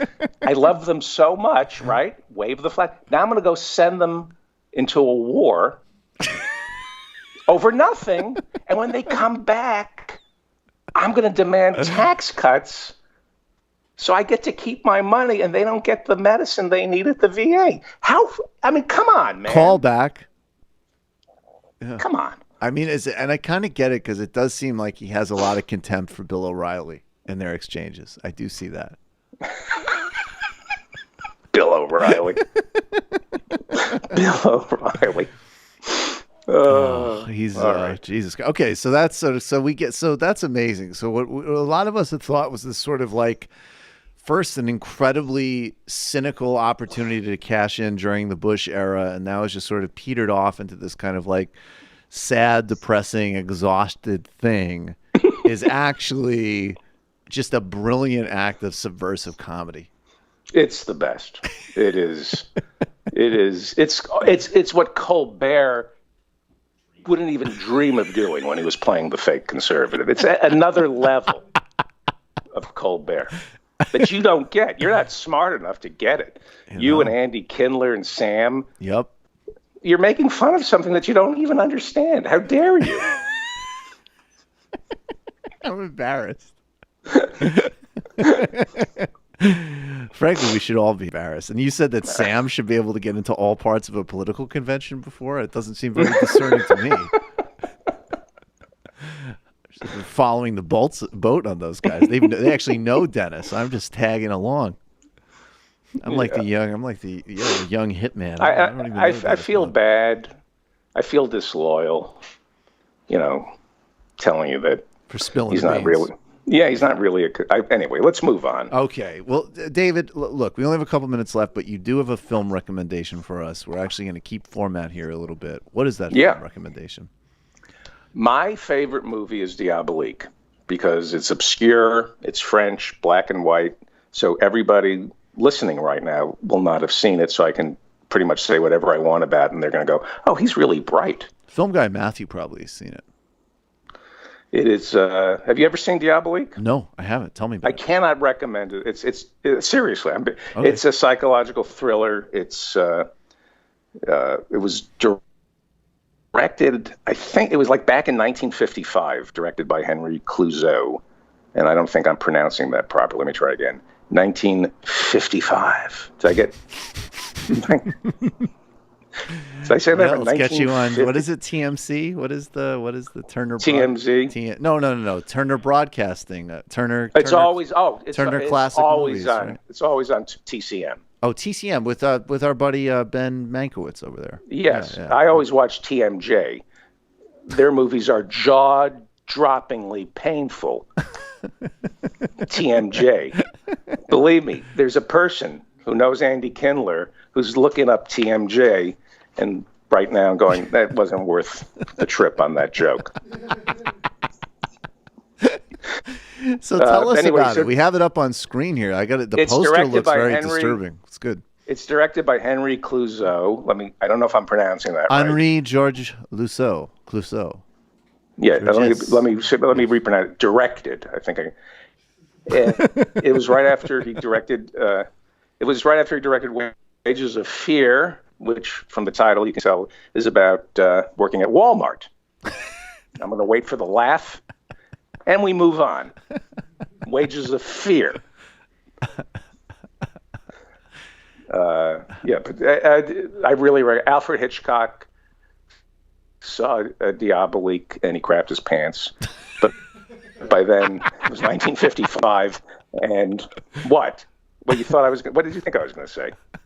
I was just going to say that by 1955 he was crapping his pants 3 times a day. What did you think I was? No, I liked it. I liked it. Hey, Alfred Hitchcock fucking crapped himself over this flick. It's French. He actually optioned the movie, and he wanted to make an American version of the film. It never happened, but it inspired Psycho. Okay. And Robert Bloch, who wrote the book that Psycho is based on,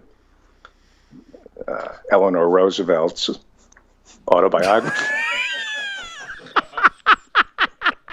Woman. Oh, you're wrong for that one. You're wrong. You're wrong for that one. She's an insatiable psycho, Eleanor Roosevelt. The greatest people in American history. How dare you? Anytime I get to trash Eleanor Roosevelt and her effing human rights and the UN. But no, Robert Bloch wrote the novel Diabolique, and he says, Robert Bloch wrote the movie, wrote the book Psycho. Right. But he says Diabolique is his favorite horror film, right after Liz Taylor and Eddie Fisher's wedding movies. I know I'm supposed to laugh at that one, but I don't get the reference. It's the rhythm. So I'll support you. It takes place in a boarding school. It has a swimming pool, a corpse, lust, adultery, deceit, despair, ambition, teachers, schoolboys. It's kind of like Sam Ceder's first year at Exeter. I don't think he went to Exeter, but I buy it. His first year at Conn College.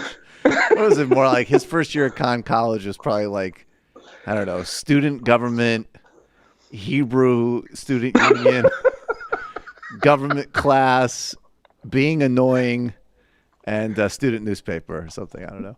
Anyway, so go see Diabolique, and you're not allowed to. They say at the beginning, please don't tell us how this movie ends. It has a surprise ending. They beg you not to ruin it, so you're not allowed to tell anybody how it ends. But I'm going to tell you how it ends. DeSantis wins after a manual recount. Yes, exactly. Hey, we're in it. Florida, huh? I don't want to say there are a lot of old people in Florida, but even their voting machines are irregular. Even their voting machine. Hey, Maybe David, before hang on. You got to let me hear that again. You know, Trump is actually for a manual count, but only if it means counting up everyone named Manuel and sending them back to Mexico. Hey, David, I actually have to ask you before we leave. You know, they let now they let felons vote in Florida. Too bad they also let them get elected governor. Boom. Okay. No, that's true. Rick, look it up. Rick Scott, new future U.S. Senator, Medicare fraud. Look it up. Eleanor Roosevelt, she'd make a vibrator go limp.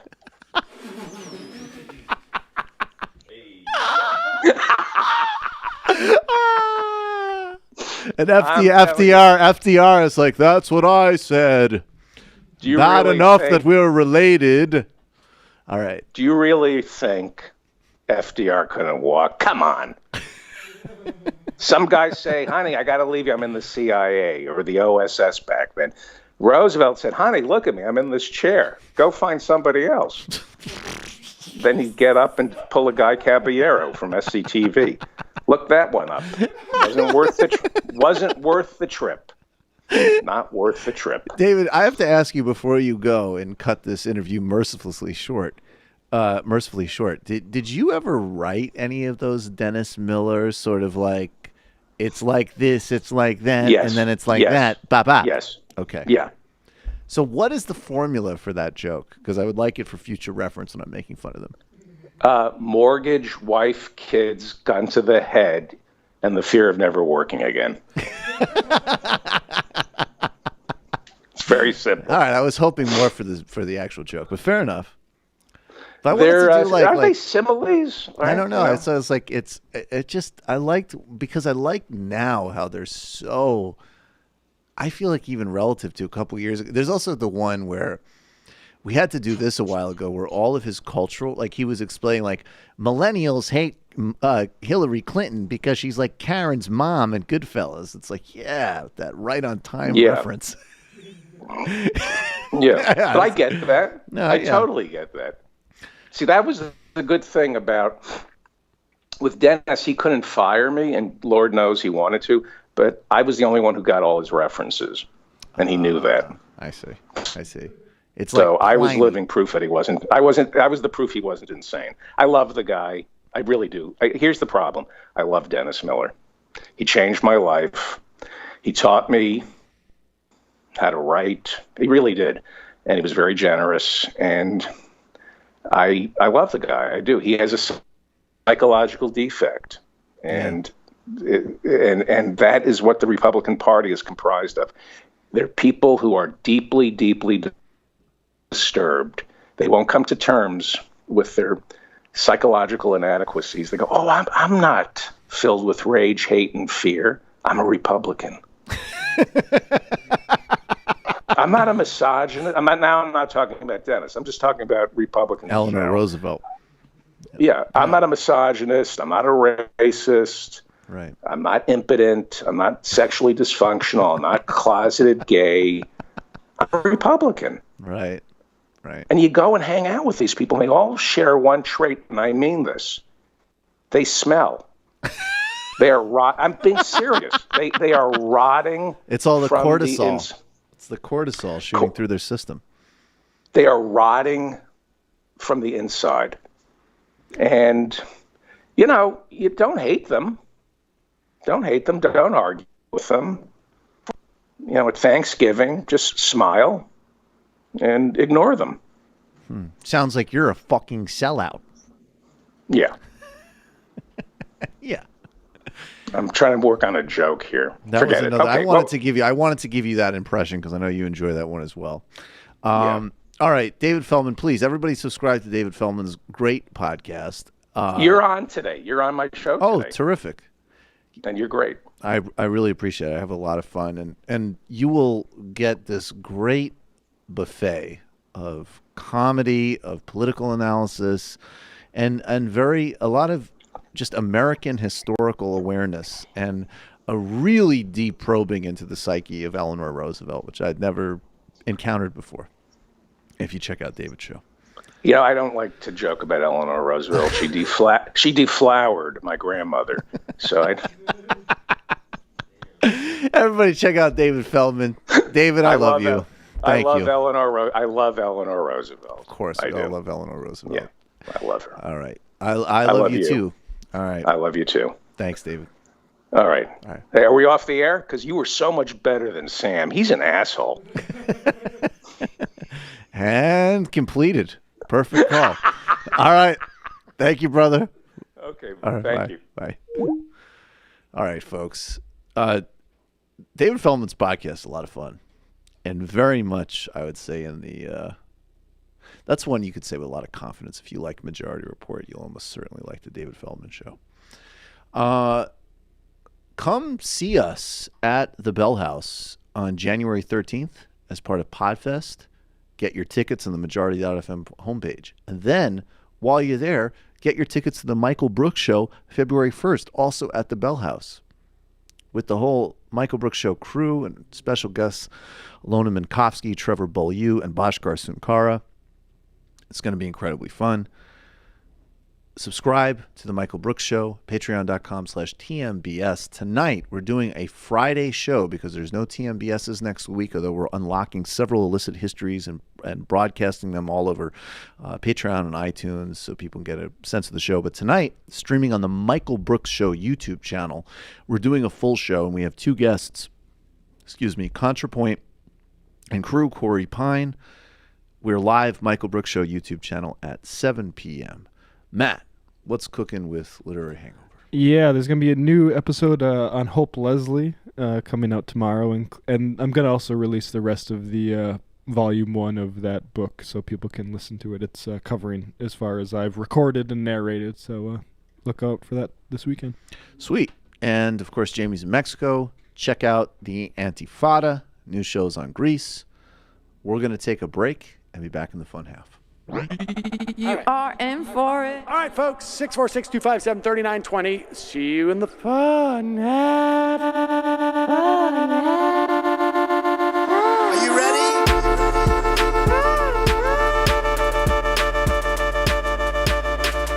Who sent us this? Alpha males are back. Boy is back. And the alpha males are back. Just as delicious as you can imagine. The alpha males are back.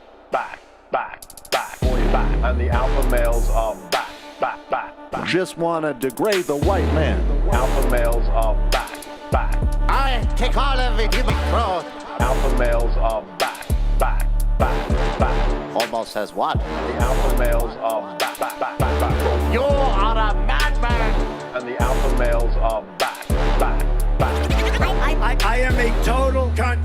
Can we bring back DJ Dannerky's song, please? Yeah, or a couple of them. Just put them in rotation. DJ Dannerky. Well, the problem with those is they're like 45 seconds long, so I don't know if they're enough of a break. That's fucking nonsense. Hey, folks, a fucking reminder. I do not have Parkinson's. And the alpha males are... Psych. Fuck them. Almost says what? What?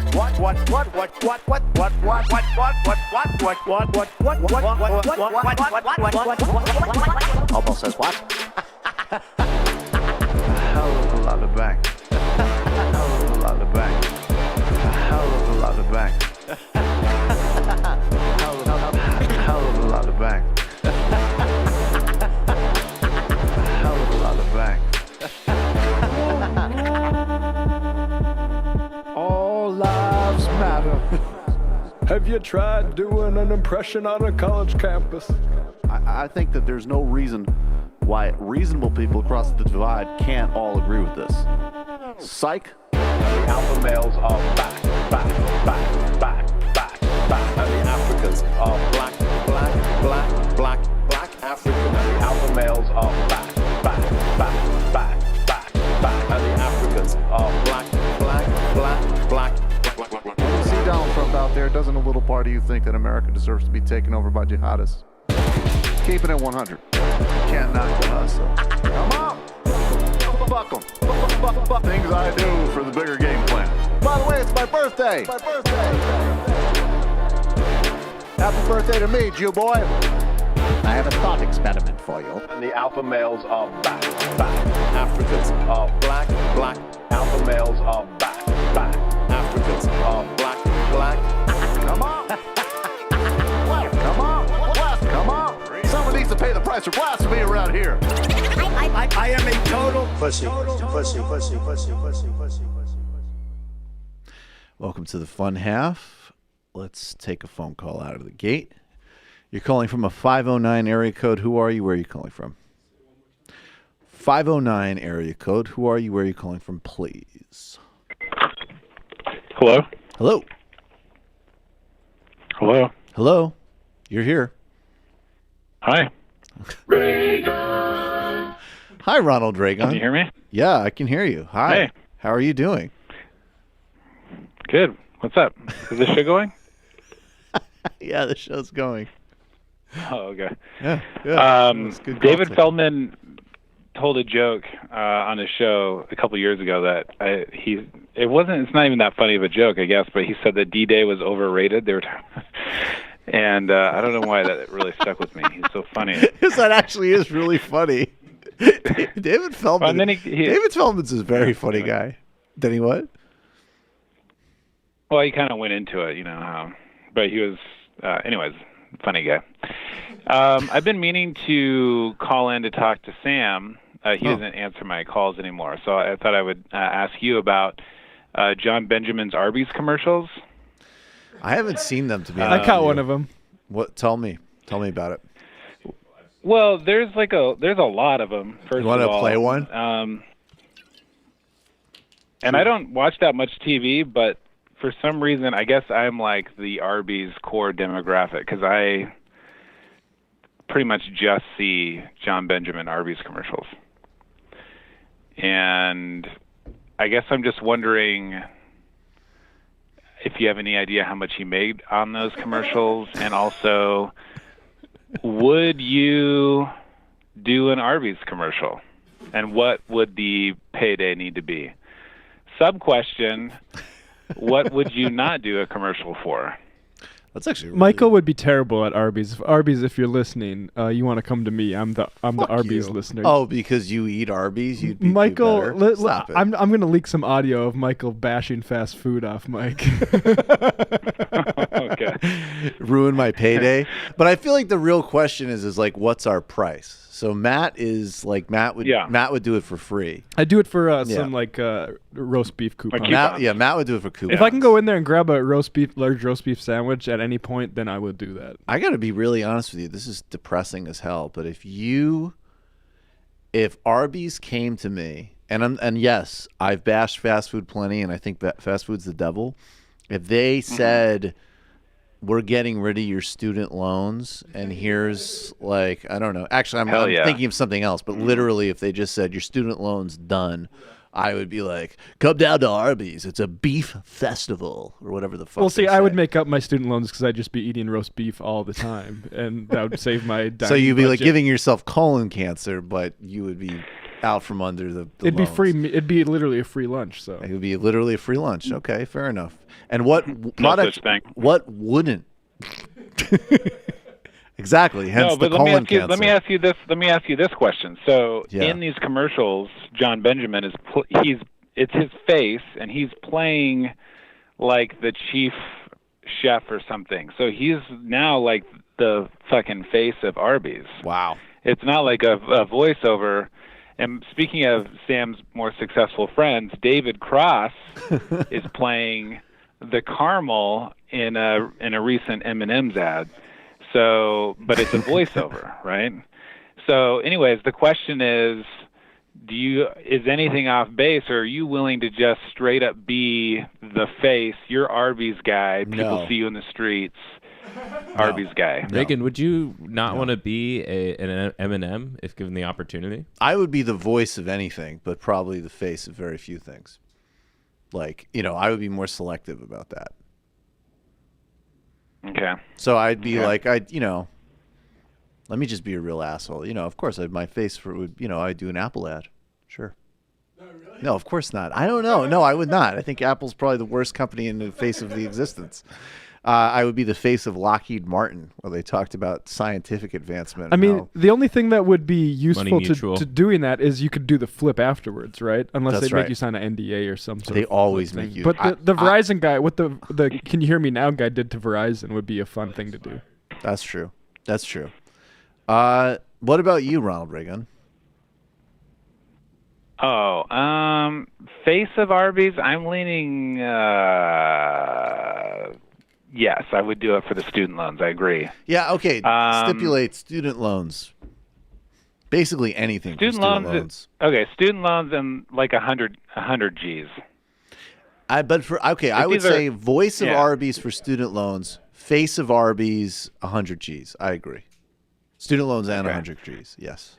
Plus, we need to get a little bit into the details about like how long are these gonna run? Is there a long-term commitment? Is there this an gonna offer be like on a the Colonel table? Sanders? Is this like a Colonel Sanders thing where somebody else can pick it up in 3 or 4 months, or what's the deal? But yeah, I wouldn't want it like during the playoffs. This is a good time to do it, beginning of the season. Yeah. But, yeah, like maybe if the ads ran like in August or something. Yeah. So I would just want to let the listeners know they can get an Ask the Moms T-shirt at redirect.threadless.com, and I sent in Ask the Moms hoodie to John from San Antonio yesterday. Ask the moms. And so people need to get their gear for the holiday season. Sweet. That's all. All right, brother. Ask the moms. Thanks for the call. Everybody subscribe to The Redirect on iTunes and Patreon. Indispensable podcast on immigration law and policy. Let's do some sound. Let's see. So the blue wave is looking stronger and stronger. The Democrats I think, are they net 34 or 35 seats now in the House? They won more seats than they did in 2006 with the Bush backlash, and they won more seats than Barack Obama led them to in his big win in 2008. This is a very good and in a much harder map. So the more this comes out day after day, the better it looks. The performance in the House was very impressive by the Democratic Party. And let's start with, an aspect of this that people might find a bit frustrating, although I don't think they should. Alexandria Ocasio-Cortez was, of course, helping lead a protest in Nancy Pelosi's office for serious, aggressive action on the climate crisis. I want to say this. The other day on the postgame of Michael Brooks' show, we played Alexandria Ocasio-Cortez thanking people in Nancy Pelosi's office for protesting, and then we played another group of organizers in another part of, I believe, this is also in D.C., with Rashida Tlaib. And Rashida Tlaib was talking about basically environmental justice and what the Koch brothers had done to her city in terms of environmental pollution and even her own family. And the styles between the two of them are radically different.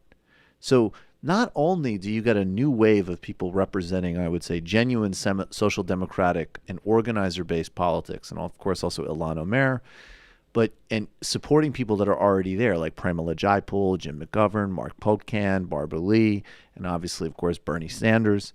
But when you get a range of people, you can start creating, first of all, an actual progressive force in the House. And I think there should be, hopefully, a Democratic Socialist caucus in the House. But in addition to that, you even get stylistic distinctions within how these people are going to exercise power and how they're going to approach the inside-outside strategy.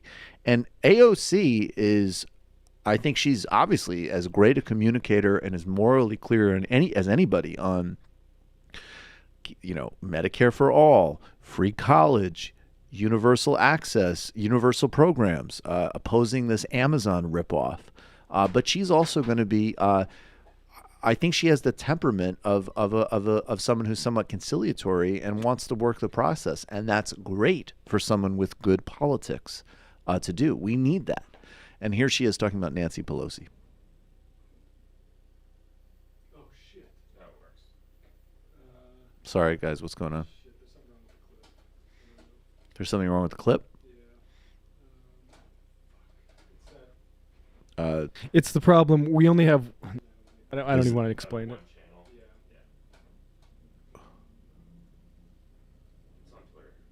Okay. We can't do this clip. Okay. Well, how about the other clips? Those should be fine. Those should be fine. It's just this specific clip. Yeah, because it's only coming out of one fucking channel. All right.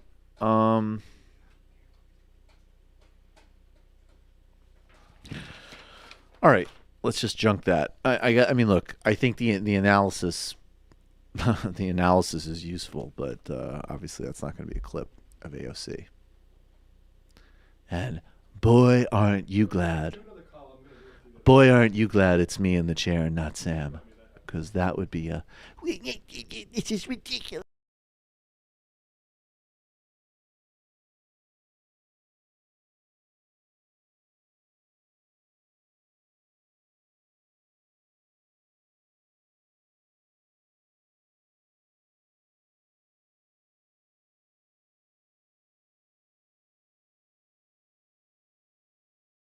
Amara Kampa-Najjar not winning, but knowing that Duncan Hunter is going to be arrested pretty soon, I'm happy about that.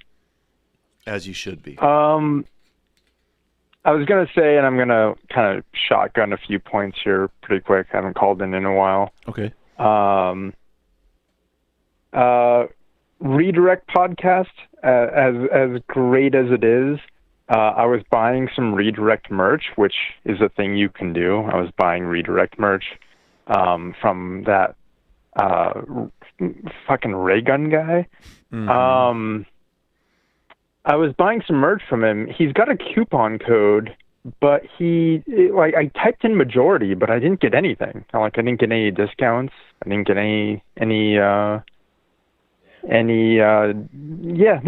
he's got a coupon code. There's no majority coupon code. Got to deal with that. Tough stuff. And lastly, I was going to say, I like a lot of the California results, and I think a lot of people's perception of the blue wave in general. California was a weird case because, if you're a progressive in California, it was kind of like a little bit of a bloodbath. But as things trickled in over the past week, it got better and better. And I think people should really kind of adjust their perceptions of things on that. Yeah, I mean, look, there was bad. Rent control didn't pass in California, right? How catastrophic is that? That's an insane thing that people wouldn't vote for that. They definitely ran very serious propaganda on that.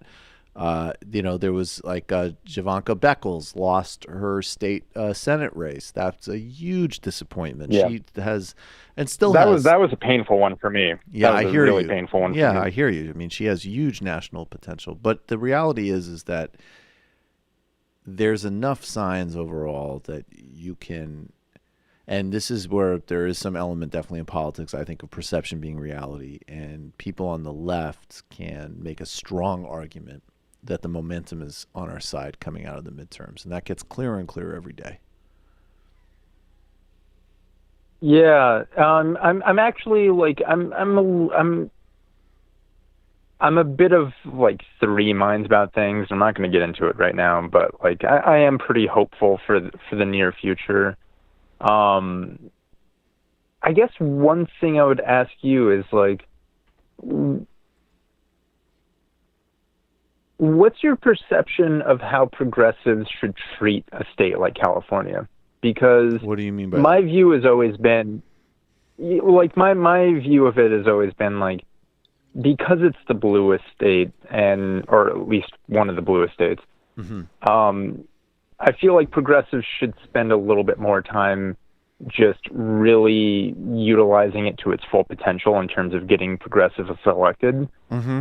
The flip side of that, though, is that it does seem like it's also a money pot where a lot of people who want centrist politics to persist, and it almost feels like that analog to New York, where it's like, you see where I'm going with that? Yeah, I think you're totally right. And I think especially with the Democratic Party, you can even do this in some respects with the Republican Party, but particularly now with the Democratic Party. I mean, you know that it's multiple parties inside one thing, right?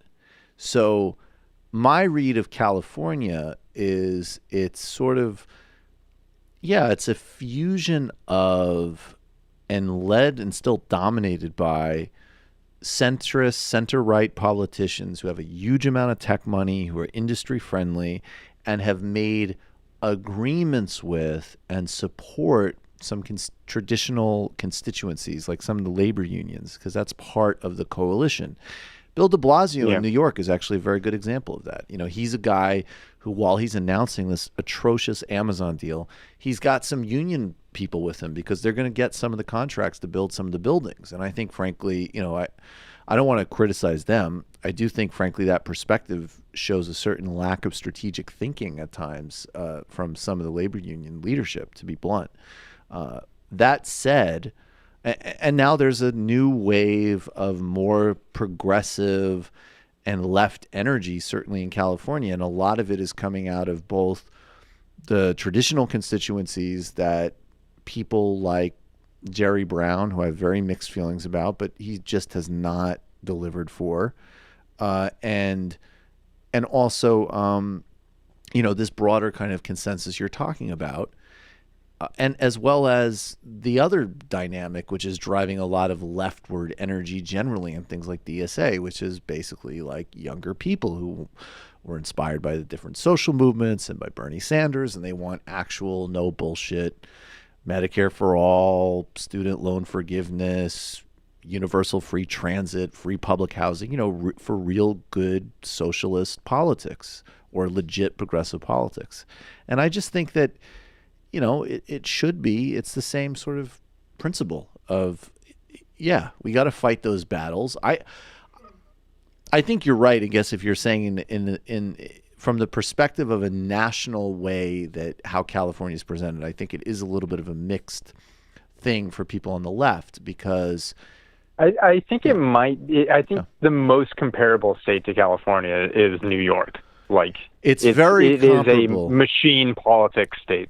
It's a machine politics state. I think the difference is that, you know, with Jerry Brown, you do have some, you know, on the environment and on some things, and I'll always remind people the criticisms, but with Jerry Brown, you have some. I would say it's more like this. He's a centrist, center-right politician, and he's the best that politics has to offer. Andrew Cuomo is a pure corporatist, pure. And there's I think you're right on that one. So even in their worst, you know, California is driving certain agendas with like energy efficiencies as an example and things like that, you know, they're not dealing with the drill side of it. They're certainly not dealing with the environmental justice side of it, but there is some kind of far-reaching long-term thinking on the environment, on technology that have to be part of the mix. And Jerry Brown's doing that. Andrew Cuomo is, he is a pure 1990s. He's a fusion of third-way corporatist and total machine hack. And in New York, you know, it might already be changing a little bit here too, though, because we did get rid of the IDC, and there is a little bit more of a progressive energy in the state legislature. So I think, you know, but I think that's really what it is to just be clear that in both of these places, yeah, they're run by machines. They're run by corporate-friendly machines, and they don't represent a left agenda. And of course that makes our case harder because when Republicans, as an example, say, hey, California is such a blue state, but there's all these homeless problems and all these inequality problems that, you know, you can dispute that and say, well, it would be worse if we implemented the policies you wanted, which is all true. But the bigger point and the more challenging point to make is to say, hey, we're not calling for the policies of Jerry Brown or Andrew Cuomo, right? We do want. Can I say one last thing before I end my call? Sure. I saw that, you've got your live show, and I both hope and support people going to it. I know Sam's got his live show. I wish I could go to it. You're all East Coast, coastal elitists over there on the East Coast with your Eastern Central Time. That's right. Propaganda.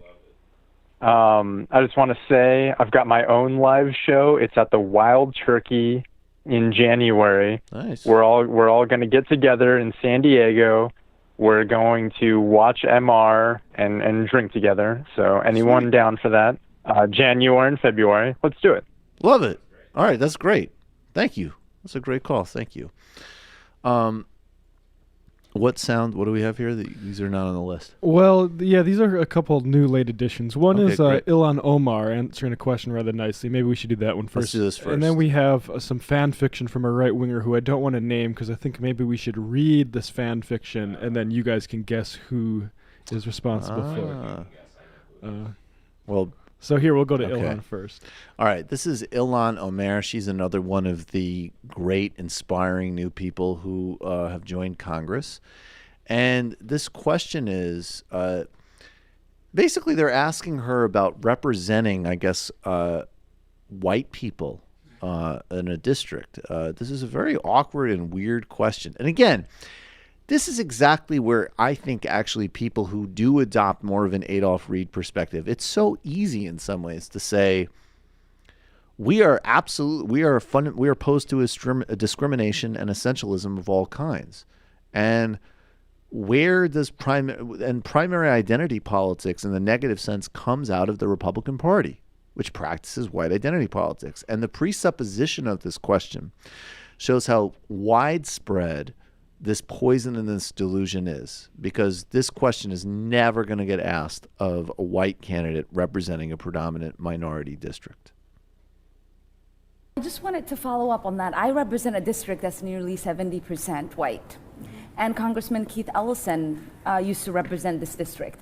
The question that is never asked of a white candidate when they represent a minority-majority district is that, how did you win your election? So I just want to say, right, in a new era where we are focused on talking about what's at stake for the people that we represent, I hope that kind of question is one that we never ask, in the same way that I hope we are never continuously talking about the firsts. Thank you. Perfect. And it also, frankly, in that district, it's actually pretty shabby to the people of that district because they are voting intelligently and dropping nonsense identity There's politics. Some good old liberals in Minnesota. Yeah, there's some good old liberals who are picking the best people to represent them, like her and Keith Ellison. Okay. This is the fan art. Oh my God. Okay. So, and I think I'm going to be covering this. I've covered this on TMBS, and I'm going to cover this more extensively on both shows. Sanctions are kicking back in Iran as part of this catastrophic unraveling of the Iran deal, which the rest of the world, Europe, China, and Russia are attempting to save. And the sanctions kickback not only undermines this very important diplomatic achievement, which all international bodies said Iran was closely following, and makes the likelihood of war more likely, it's also doing things like getting people off of their medication regimes, blocking access to heart medication, or even upgrading airplane fleets for domestic airline manufacturers in Iran. This has a lot of pain for the Iranian people. And just as the Trump administration is brutally targeting Venezuela with sanctions, the theory seems to be, and has been basically publicly stated as such by Mike Pompeo, that the people will suffer until the regime is removed, which is both incredibly cruel and not going to work. And so this is what they put out. This is some idiot put out a sanctions are coming, with Donald Trump still looking like a buffoon, but apparently they think he looks imposing in this. Sanctions are coming November 5th, and that's split with a character, I forget her name, but a character. Sansa from Game of Thrones. Okay. So, and the job of me here is to guess who did this calumny? So, yeah, this is, I think it's Will Sommer. Is that his name? Yesterday he put out a call for a certain right-wing sort of shock troop online had apparently put out some fanfic between Sansa and the Donald entitled "The Lady and the Trump." And my guess would be, from what little I watched of that show, and I don't watch it as closely as other people, but my sense would be that if Trump was in that show, his relationship with her would be incredibly disturbing. well, we're going to find out here. This is called "The Lady and the Trump" from October 15th, 2015. So early on the Trump train for this guy. Wait, sorry. Tell me the date again. October 15th, 2015. Okay. Let me just get some. And the guesses are. The first time Donald Trump locked eyes with her, he built a tower straight to Sansa's heart. Sansa knew he had won her faster than he had won the support of the Night's Watch due to their similar views on immigration. Named Lady of Winterfell and Warden of the North after King Stannis won the Iron Throne, Sansa's next duty was to find a suitable husband. She needed someone strong, someone with the resources and know-how to rebuild the war-torn North. Donald Trump would have like a fucking panic. The Donald was anxiety, all those heart, things and more. He would die. The way within, he like, held 1 himself minute. as a true lord, the way he spoke with the confidence of a great leader, the way his hair fell onto his forehead and neck and ears, and kind of on the shoulder, but not on one shoulder, but not the other. Yes, he is the one for me, thought Sansa. Still, she could not give away her affection too easily. Many others had come calling to woo her hand in marriage. Woo her hand in marriage. I don't know, whatever. I'm not going to be too picky. Woo her hand in marriage in the years since Sansa had ordered the quartering of Daenerys. This is a bit of a run-on. Ravens had flown from as far away as Prince Trystane in Sunspear, and many had arrived from Lord Theon on Pike. She had instructed Master Samwell to respond with only vague courtesy. They were ardent callers, but not right for the First Lady Stark of Winterfell in her own right. I know it is. This is so poorly written. It's giving me an aneurysm. Well, you guys can stop me if we need to, but I'm enjoying Brendan this. studied literature, Matt. Yeah, well, I mean, look, No, so Matt did I. did. Well, Matt has more of a taste for the tasteless. A hasty marriage to the Donald, however, and rumor and folly would spread throughout the lands, and the specter of another war would rise. Sansa glanced back from the window well at the Donald, who was sitting backwards in one of the wooden chairs in the Great Hall. Listen, so Sansa, I know this is a big decision for you, he started, but let me tell you something. We will be phenomenal. I will cherish you as much as I cherish my first 2 wives and my own mother and my daughter even. I have many women that work for me. I bet. I am going to do great things for women. Great things. Very, very, very good things. She replied, that you may, but what will you do for the North? The North? Look. And now what I mean is, I will be a huge game changer for the North. Huge. I mean, I am very, very smart and I have a lot of respect for Northerners. I put a lot of blood on my first men to work in my castles and keeps. And let me tell you, they absolutely, demonstrably love me. They love me. My whole body is ready for this.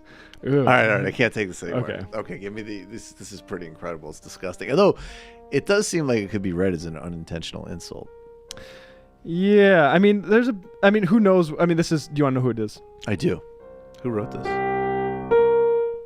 Jack Posobiec. Now I wish I played a game because I almost definitely would have picked him. There is one part that I want you to read back if you Okay. can find it. The passage describing his hair. Okay, that I've already read here. Yeah, See, I wasn't listening that closely, but that sounded insane to me. The way his hair fell onto his forehead and neck and ears, and kind of on one shoulder, but not the other. I thought that's the line where I thought, is he fucking with Trump? But now you tell me it's Jack Posobiec, and nope, he's not. Yeah. I think that's totally sincere. Yeah, and I think like the Trump impression, he's just enjoying that. It's not like us where we think it's funny and ironic. No, he to thinks say it's like, like- people love me. Right. It's like, He thinks it's like, yeah, it's cool. when he says that, he means it, and Yeah. he's actually right. Yeah, it's super cool. It, he it will talks be like huge that. for the North. I don't see exactly how this will. Well, we'll just skip a bit to the end. No, never mind. We can be done. Posobiec also wrote a fiction sort of Tom Clancy style novel too, right? I bet he did. I have no idea, but I would not be surprised. Do you want to hear what wins over Sansa, or should we move on? Sure, go ahead. So I think she's like, "What about trouble in the East?" And he mentions China, and it looks like there might be some. Yeah, there's some racism against China that I'm glad I don't have to read out because. Read it. No, China, chinny, that thing. So anyway, he's talking about some the Dothraki. Those whiners, these slave losers, they're losers. What a bunch of goofballs. And to be honest, I'm going to be honest with you, Sansa. They're boring. Daenerys, she did an absolutely horrible job. Yeah, this is too boring. Oh, my God. I'll tell you what, I think I could definitely see a Trump-Ivanka storyline fitting into that show. All right, let's do a little bit more. Let's keep running through the sound here. So the blue wave gets stronger and stronger, so the need to lie about the election gets stronger and stronger. Donald Trump said the other day, apparently, that people were using disguises to vote. And here is Lou Dobbs trying to stay in the mix with some more lies about immigration and voting on Fox News, Fox Business. Well, we're watching, millions of illegal immigrants cross our borders, and many of them voting in the past election. That's what was just a couple of weeks ago, and having an immense impact. If there are, as Yale and MIT say, 20 to 30 million illegal immigrants already in this country, you know what that means for the districts of the U.S. Congress and the influence that they're giving to, for example, the state of California, Illinois, New York. But New York has such an the burden on our migration, economy. it's not going to have much effect. So that's, of course, wrong, and the census and populations and people's ability to vote are based on people who've gotten their paperwork and so on. At least your ability to vote certainly is based on your paperwork. Also, in addition to that, there has been literally a handful of documented voter fraud cases in the modern era. There are probably more cases that happened a couple years ago. There was this whole little mini controversy in New York of underage Hasidim voting in a district in Williamsburg, just like walking in like, yeah, I'm here to vote. That specific case, which drew a few eyebrows, that had more attempted documented cases of voter frauds in one borough than have happened nationally. So it's all a lie. But this is the lie that is driving a truth, which is that Republicans need to ethnically cleanse and ethnically engineer a landscape for a oligarch white identity party. And that's who Lou Dobbs is, that's what Fox is, and that's what Trump is. David Roth had this, at David_J_Roth on Twitter, said about this clip. Beyond the basic, it's wrong to lie, and also extremely racist aspects, all of which are obviously not great. Right. This is basically elder abuse by proxy. It's fucked up to lie to people like this for any reason. Like, this mass scale line is doing significant damage, and this is why I occasionally get in arguments with people, especially in the chat, about how, like, we criticize Jimmy Dore, but we don't criticize voters specifically for, like, a lot of, I think, really important reasons. And it's because we have this is the political education of this country. Yep. Right? And it makes me so angry. Like, this is why I studied media in college. It's because, like, how does so many people around me pass around like emails making fun of Al Gore as the science continues to get more and more solid on climate change, right? Right. Like, it's and it's not just, people are stupid. It's a people nightmare. Are subjected to massive, sustained, and in some cases extremely sophisticated propaganda campaigns. Mm-hmm. Like, let's actually we'll dunk on PodSave a little bit, but one of the things that's really important to look at in the Facebook story, and obviously the big takeaways we already sort of touched on, which is that Facebook actively suppressed the release of information.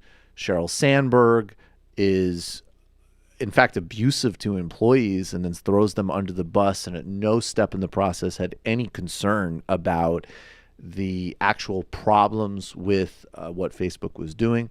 She shouldn't have another leadership role for the rest of her life. She shouldn't have another leadership role for the rest of her life, to say the least. She should be doing public penance for and working to nationalize and break up the monopolies of Silicon Valley companies if she had an ounce of integrity, which she seems clearly not to have. But and also this spin that they're just a platform and not a media publisher. You know, they're a media publisher when they're juking statistics and manipulating algorithms, which have major effects for people's jobs. You know, when they sort of amplify a certain type of news story and fake statistics on it, people get hired. And then they get fired when Facebook admits they're manipulating statistics. And then when they say it's all about video and it's all about streaming, and then they lie about those statistics, that translates to people get hired for positions and then are fired because they're literally getting hired on fake and misleading analytics. And that, of course, leads to a bigger problem in this country, which is the belief in numbersism and solutionism and the fact that there is some sort of objective, quantifiable thing, particularly when you're talking about business. You're almost never. There's always a presupposition that goes into them. And, of course, the presupposition for a private enterprise is going to be a presupposition that's profitable and self-advancing for that enterprise. In the article, when they talked about whether or not Trump was violating the terms of service for lying and hate speech, he certainly was. Now, it's a hard question, of course, for a leading presidential candidate. And how do you do that on a media platform? I'm not saying there isn't difficulties there. But the pivot they made to we're just a platform. You can do anything on here. Belies all of their micro controls of people's personal, practices. That belies the fact that they've teamed up with right-wing think tanks in ways that have implicated even, sites like Telesur, which, of course, just like Al Jazeera and so on, they have government backing from some states in Latin America, but they produce real and important and frankly vital coverage on Latin America right now. And of course, a right-oriented think tank in Washington, D.C. is going to target Telesur. While they've not gotten their act together in the United States, they had weeks in Brazil where WhatsApp, which they owned, there was slush funds of money going into spreading fake news and lies about the Workers' Party in Brazil. Facebook shut that down in the last week of the campaign. And for what it's worth, that was when the polls started to close slightly. But when you look at the work that Definer Strategies did with Facebook, this is how content gets seeded. You set up a fake website or some type of website that you say is some type of public clearinghouse of information in Silicon Valley. You have people who work at these firms writing blog posts that get picked up by Breitbart, as an example. And when you get into that ecosystem, particularly when you get into coverage of either specialized, industries or general information, you either have straight up PR and propaganda getting recycled by other outlets, or as in the case of my friend Luke Mayville, who just had this great success of expanding Medicaid in Idaho, he'll say, yeah, like in local news places, a lot of reporters rely on press releases from things like the Koch brothers because sometimes these numbers are complicated. Sometimes they don't have the resources to really follow up on things. And so they, go with the flow. And so it's just my point being that even the conversation of whether or not you believe in quote unquote facts or not, in reality is so much more complicated by a sustained and relentless propaganda agenda, which implicates everything from PR firms to even scientific research itself. And so, yeah, it's not about blaming people for not being intelligent enough. It's about really understanding how these things actually operate. What is this sound that you just got up now? Cindy Hyde-Smith of the famous I Would Go to a Public Hanging If This Rancher Invited Me to one in Mississippi. Yes, indeed. She's back at it. Cindy Hyde-Smith was apparently basically giving away the game with regards to voter suppression in Mississippi today. Here we go.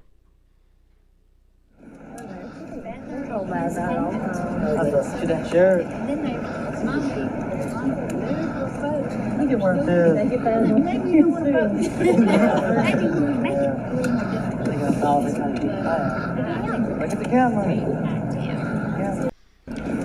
So that's a hilarious joke. That's another hilarious joke, saying that there's a lot of liberal folks in some of those schools and other places that maybe we may want to make it a little harder to vote, which is one of the more honest representations. That's the most honest representation of Republican election philosophy since the guy who was on The Daily Show. If you want to know why conservatives like Foster Friess give money to people like Charlie Kirk to attack the university system, just that's their job. It's because if you look at the returns on election days, those blue areas correlate with a university. Exactly. And for all of their flaws and for all their hypocrisies, that's still a place where people can occasionally be learning history or reading books or figuring out how to understand what propaganda is or the scientific process, which means they're almost certainly, unless they're sociopath multimillionaires, not going to be Republicans. And what college does is it gives you freedom to learn free of necessities of working. I mean, not always, and less so. More kids have to work during college, but ideally you're free from the market. You don't need to, contribute to production. Just improve your brain, and we need a bit more of that, and a lot more of that. That actually should be the purpose of a modern society. Right. Some people actually have gotten pissed and offended because of my criticism of Pod Save America, and I just want to say, first of all, everybody in general needs to be a lot less touchy about their favorite talk shows. It's really okay. It's competition. Kicking in. Yeah, competition would start kicking in. And I don't even think that my criticism of Pod Save America has ever even been particularly harsh. I've basically just said, done a very basic, we worked for Barack Obama. One of the things that happened was, just a lot about, respecting the process. And, also, give us your email so we can make sure you're voting. Yeah, give us your email because we'll make sure you're voting. Oh, my God. Sometimes I just wonder if, Sarah Huckabee Sanders ever even watched The West Wing. And I mean, look, I'm sorry. That's what the show sounds like. And secondly, I mean, I don't know. I would go on Pod Save America. Sure. We just have fundamentally different ideology than they do. And this is a very practical way in which this fundamental difference in ideology shows up. If you listen to Pod Save America, which I haven't in a year, I just listened enough to get the impression going, you will know that they are very big fans of, occasionally, look, to their credit, they will say Mitch McConnell, scumbag, evil, got to be defeated. They will say Fox News, pure propaganda. Okay, so they're not completely delusional. But they are very much of the ilk of people who find it necessary to find people who have absolutely abhorrent and disgusting politics to sign on the fact that Donald Trump is a monster. I don't need this in order to know that Donald Trump is a monster. And I also think it's quite evident through 2016 to 2018 that this sort of type of pundit does very little to move real dials. Now, maybe, look, if you wanted to do a study on some of these women suburban voters that seem to be moving more firmly in the Democratic column, and somehow you prove to me that it's Steve Schmidt hits on MSNBC that is making this happen, I will revise my opinion. But in lieu of that evidence, we mostly have a bunch of people who have disgusting careers. People who have been propagandists for war, who helped elect George Bush and Dick Cheney, who presided over a global torture regime. People who are, mediocre hacks, who have pushed for actually over 90% of the policies that Donald Trump is putting in place. And they go out and they say, Donald Trump's a bad guy. They did this with the CIA guy who ran as an independent, I guess, against Trump, Evan McMullin. Evan McMullin, as Matt always points out, they asked Evan McMullin at the end of his hit on their show, what can we do to fight against this? This was in the December Keeping It 1600 episode before they transitioned. And Evan McMullin basically said we should dissolve the federal government and give states power and cut regulations, if I recall correctly. So, which is, of course, entirely in line with the far-right agenda that Donald Trump is presiding over. And they just got a little bit of heat now because apparently this guy, Tim Miller, who's their resident Trump is bad Republican, a former spokesperson for fucking Jeb Bush, who is a great fucking guy, a massive cock, but a great fucking guy. He was involved in the sleaziest aspects of the Facebook Oppo research. He was at Definer Strategies. Definer Strategies was, according to the New York Times report, involved in the campaigns to utilize anti-Semitic tropes, to target George Soros, to undermine citizen-backed groups criticizing Facebook for its violations of its users, for its lack of respect for privacy, for its being a conduit for fake news and the Cambridge Analytica data breach. Basically, and I'm quoting now from Ashley Feinman, who wrote a great write-up on this. She said, and the name of the piece is called, "What Did Pod Save America Expect? Don't Put Professional Republican Smearmen on Your Liberal Podcast." When the New York Times published a blockbuster report that, among other unseemly details, revealed that Facebook had hired an opposition research firm to push back against anti-Facebook groups, the campaign exploited anti-Semitism on the right, encouraging reporters to explore the financial connection between George Soros' family or philanthropies and groups that were members of Freedom from Facebook. The Republican operative was none other than Miller. This created an awkward situation for the boys at Crooked Media. When the story first dropped, Favreau disgustedly tweeted out the paragraph about the smears, seemingly without realizing it was his buddy who had propagated them. Several hours of silence later, the official Crooked Media account announced that Miller would not be contributing to Crooked, while Favreau, Levitt, and Vitor got, quote-unquote, got to the bottom of Tim's involvement in this work. Dude, is this true? Dude, look, it's almost like as if Tim lied to us about watching The West Wing. That is so not cool. Listen, Cheryl's cool, but like, dude, you gotta chill. Like, you should like lean into like stuff, but you should lean out of like anti-Semitic propaganda. But like, let's be real here. And Anna Kasparian made this point earlier. There is not, you are almost never going to find an operative in Republican or Democratic politics who has not either supported a foreign autocrat, who has been involved in AstroTurf campaigns for predatory corporations. This is normal. And I'm not saying that the guys knew he was doing this, because this obviously does conflict with the hashtag resistance nature of What's their funny show. is I think it was maybe Favreau or maybe Yeah. it was one of the other guys, but before he got to the part where it named who was doing it, he's like, this is disgusting. No, yeah, totally. This is gross. We read the New York Times story about Facebook's lobbying PR campaign to prevent the disclosure of Russia's interference in our election and downplayed the way the platform has been used to spread propaganda and hate speech. We found Facebook's behavior infuriating and reprehensible and said as much on Twitter. We learned from Crooked Media's we learned that Crooked Media contributor Tim Miller's company, Definers Public Affairs, did opposition research on groups that were critical of Facebook, and we've asked him for more clarity on what that work was. We disagree with Tim on most policy issues. That's no secret. He worked to defeat Barack Obama in 2 elections, and we asked him to contribute to Crooked Media because he has interesting things to say about the Republican Party in the Trump era. That said, we need to get to the bottom of Tim's involvement in this work, and he won't be contributing more to Crooked in the meantime. Guys, this is the whole problem with that show and the ideology behind it.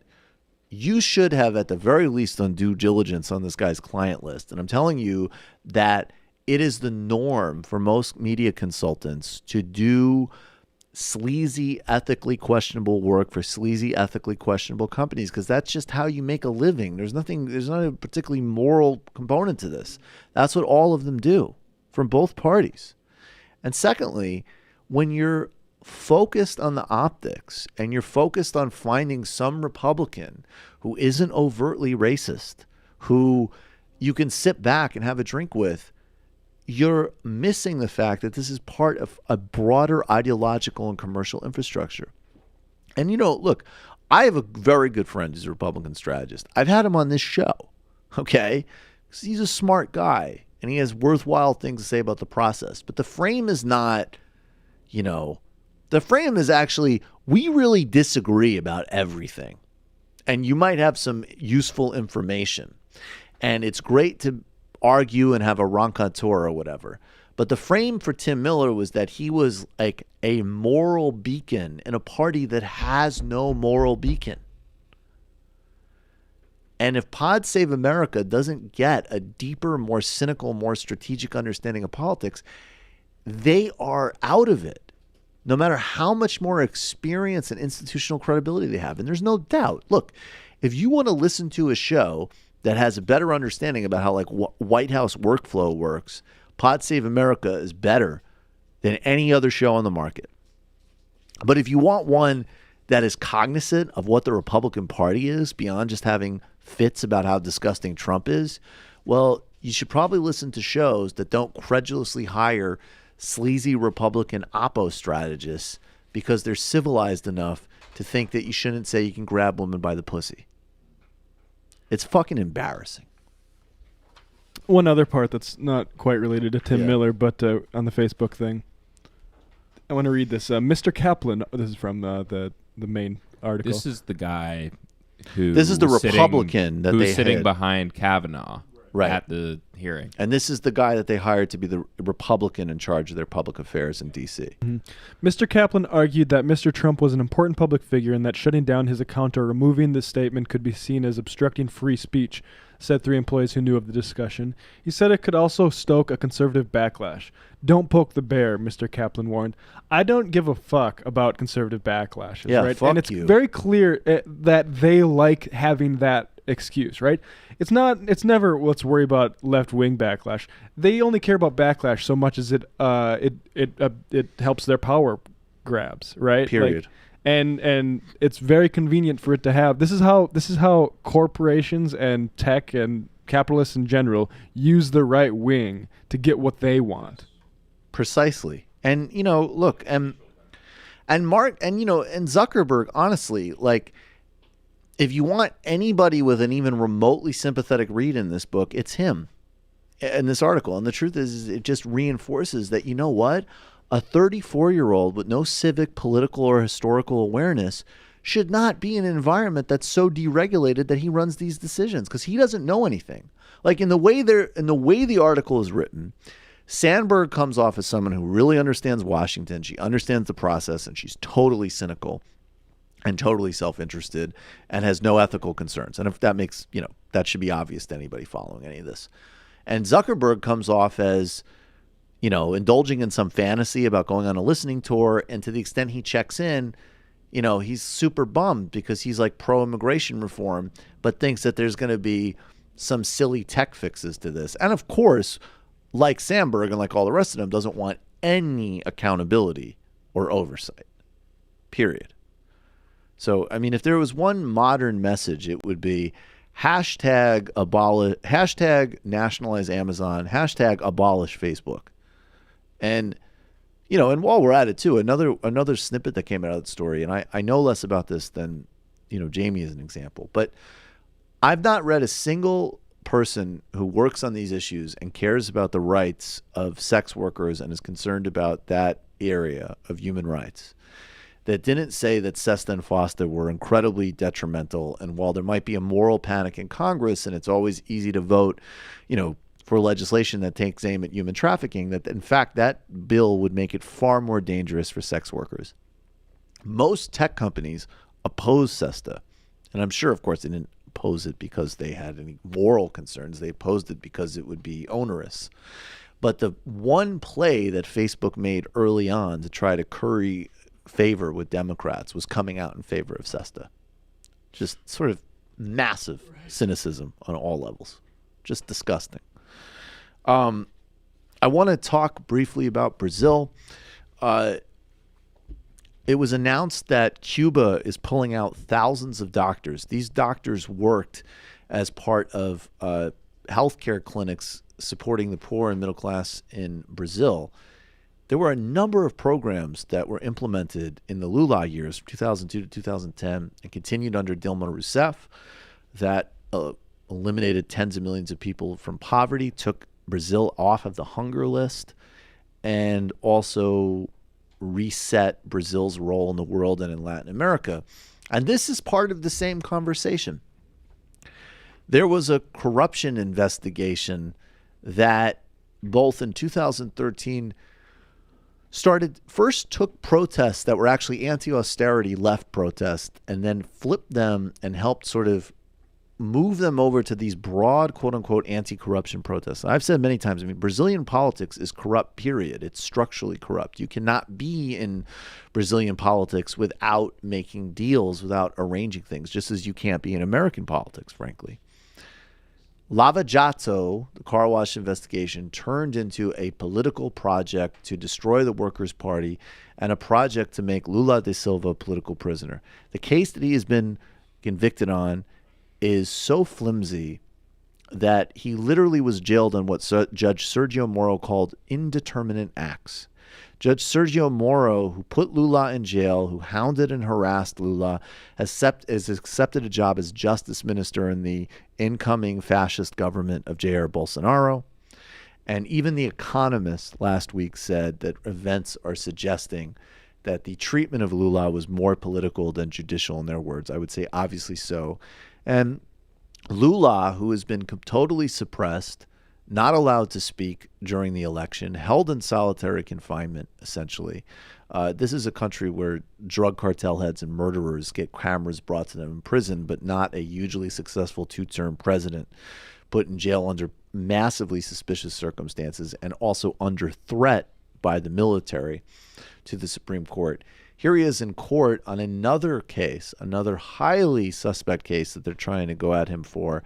And I play this, I got to just, I mean, I think it's any surprise to anybody, but I find this pretty heartbreaking, frankly. And I also think that Brazil more broadly, both in terms of what's happening in the Amazon, the pure neo-colonial project of Anglo corporations in Brazil, which are going to be empowered even more under this Bolsonaro government, the support of the Wall Street Journal for the Bolsonaro campaign. This is something that the left internationally, and particularly in the United States, needs to have full solidarity for. And part of that is absolutely calling for the freeing of Lula da Silva. Here he is speaking in court in Curitiba. Eu fico muito, mas muito nervoso com as mentiras que foram contadas no PowerPoint. What is it? Yeah, this is gonna be in Portuguese, so I'll say, I guess you could, I guess, lower it and I can translate it, I guess. Okay. I get really upset with the lies that were made about me in the PowerPoint presentation. I get very irritated. I don't know if I will live long enough for the truth to come out, because I'm 73 and nature's unforgiving when it comes for us. But I ask God that at some moment of history of this country that the truth will come out about what happened. In Lava Jato, which could have been done correctly to capture thieves, arrest corrupt people,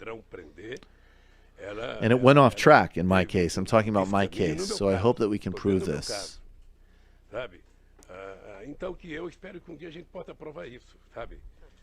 I haven't done anything that should have caused me to be here today. I thought I was here because of the vacation house, but I guess I'm not. It isn't mine, but I'm here because of a reform that was made on it. I shouldn't be here because of the apartment, I shouldn't be here because of an apartment in Gararjua, but they invented an offshore company in Panama and used it to put me here. I should say again, as in the first case, Lula does not own the apartment they convicted him of taking. His house is not on the deed. There's not even proof that he and his wife spent time in it. It's reliant on the testimony of a businessman who pleaded out, and then judge and prosecutor Sergio Moro sentenced Lula to 12 years in prison, 9 years in prison, which got increased to 12 for indeterminate acts. Okay, then they have disconnected Petrobras from the case, but I stayed here and so on. And you see there is an obsession, it's back to Lula. You know what I consider myself to be, Your Honor? A trophy. I was a trophy that Lava Jato had to deliver. I don't know why they don't like me, but it was a trophy they had to deliver. I saw so many journalists over and over say, if they don't get Lula, it's no good. If he doesn't go to jail, it's no good. They have to arrest Lula. I told Judge Moro, I said, I'm sorry, Judge, but for what has happened so far, the way everything that was set up, your only alternative was to condemn me. That's true, and the other lesson from Brazil was a very far-right state and international media constantly that are running around all over the place.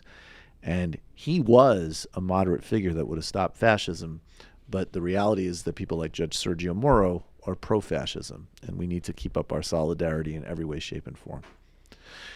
You're calling from a 517 area code. Who are you? Where are you calling from? Hello. My name is Jacob, and I'm calling from Okemos, Michigan, here in the Mid. Hey, Jacob, what's up? Hey, Jacob, what's up? You got to turn off your Hi, computer, man. Oh, I'm sorry. No Give problem. me one moment. No problem. I had to turn you on speaker because I was, sorry. No problem. What's on your mind, man? Oh, okay. Thank you. I did it too fast. I wanted to talk a little bit about what do you think is the most useful political lens to view things through and to sell the ideas? So, for instance, I think that personally, I come from a more conservative background and made my way to the left. Mm-hmm. So I view you guys, I'm like obviously painting with a broad brush here, like talk about race and things like that as not necessarily a great persuasive strategy, even though I think when you're like analyzing Republican politics, that it's a useful lens to see if you're like Andrea Hawkschild writing Strangers in Their Own Land. That's a really useful lens to look at things through because that's how they feel alienation and things like that. But I think when you're trying to convince people about things, it's not necessarily a great strategy. Like I had a conversation with my mom the other day, and I, depending on how you define racism, I guess, I don't think she's a racist, but depending on how you do it, maybe she is. But she has an issue with how what she called, in her own words, people advocating for voting for Obama, quote, because he's black. But that didn't And happen. I think... that's what's kind of... All right, I mean, can I just... All right, I mean, finish the point, but I just want to say this. Look, it depends what we mean. I don't think anybody should go to, like, as an example, a poor area of Ohio and go, hey, you guys have white privilege. Like, of course not, okay? Like, obviously, you got to go and there are three basic positions, okay? One position, if you go back to the 90s, you go back to Bill Clinton, is indulge in people's racism and xenophobia in a different way and try to appeal to them through your own racial appeals. And we have to just totally reject that. It's immoral. It's fundamentally opposed to who we are. Then there might be another position which might even say, I don't know. And to the extent I see this, I don't actually really see this very much, but maybe some people would say, like, I don't know, you're running a national campaign and you should go to that town in Ohio and give them a bunch of intersectional lingo. And I think that's just not realistic or effective. There is some middle ground, but the catch-22 is that at least when you're trying to persuade people, and I don't know how effective thinking about persuading people is. I think it's more about getting your own people out, and that's really the number one thing. And that's why it's more important to not, if you're building a left coalition, it's way more important that people who are African American, as an example, feel good than somebody who might potentially in some scenario vote for you feel comfortable, and that they be motivated to come out. But in the middle ground, I agree with you up until you get to the tripwire of somebody saying that they won't vote a certain way because of a racial prejudice, as an example. So look, if you go to somebody and you don't know what their opinions on immigration or whatever are, and you hit them with a rap on Medicare for all or whatever, and they go, I agree with you, it sounds great, I'm on board, I'm voting for the right candidate, awesome. You don't even need to have the conversation. But certainly when you go to the Republican base, you know, they've been listening to Fox News all day. They're going to hit you with some insane shit. And I don't know. And so how do you respond to that? Well, I think in some cases it's not even worth it. But, you know, I'm just saying, like, the reality is that race has been the tripwire that has ruined those cross-class coalitions. It doesn't mean they aren't possible. We shouldn't be fatalistic about it. But race has always been the weapon. White supremacy has always been the weapon of basically getting people to vote against their class interest. And, you know, I don't think you can't just get there by bypassing it. That seems just evidentiary clear. Well, to clarify what I was saying, I wasn't saying that, like, she had this picture of your Nation of Islam Obama saying, vote for me because I'm black, but rather a lot of the people in the periphery of the Obama campaign, like your Jesse Jacksons and your Reverend Rice of the world. But Jesse Jackson didn't say that. They didn't explicitly say that. But I think when you have a lot of these things kind of being said about how important it is to vote for a black president, I gotta sounds just a lot because like we're advocating. we're running tight. I gotta say, when it comes to that, and no offense to your mother, but like if you're freaked out by somebody noting an important historical breakthrough like that, and you perceive that as some like threat to you, I got nothing for you. That's just nuts. I'm sorry. That's insane. That's like, more than fair. I you know what I mean? Like, and it doesn't mean that I would write individuals off. It doesn't mean that you can't do work. It doesn't mean any of that. But if somebody is actually triggered and freaked out because somebody made a note about the historical breakthrough of that and people appreciating that, I mean, that's just ridiculous. Yeah, I think the only answer is strident anti-racism and wait for them to feel alienated from you, because savving over it is not acceptable for things like that. Like, I mean, like people have racist attitudes. This is the reality in America, right? Like racism is really ingrained into this. You can't just and this isn't, you know, I understand like getting along to get along with family, but when it comes to those sorts of racism, like those sorts of racist ideas, which is what that is, there's no way to there's no way to go around it. You have to call it for what it is. And it's just delusional. And I'm not going to say, I'm not going to say what you do or don't say to your mom, but like, again, if that's the example, because I might be more willing to be like, look, like, okay, I'll use an example from my family, right? I know that my grandmother, not to put her out, does not have in all ways, by any stretch of the imagination, enlightened attitudes about race, okay? But she's a Democrat, and she voted for Obama, and she thought he was a good president. And my point being is that whatever her stuff was, did not show up in a way that was real. And by the way, even she was able to say, you know what her reaction to African Americans being excited about Obama was? Like, oh, that's cool. I look forward to when we get that as Jewish people. Not like, oh, how are they saying? I mean, because if your reaction to that is, I mean, again, that's just what Matt said. Like, it's racist. It's not irrational. about the content of what they say. Yeah, it's about something else. And exactly. you can try to address that underlying thing by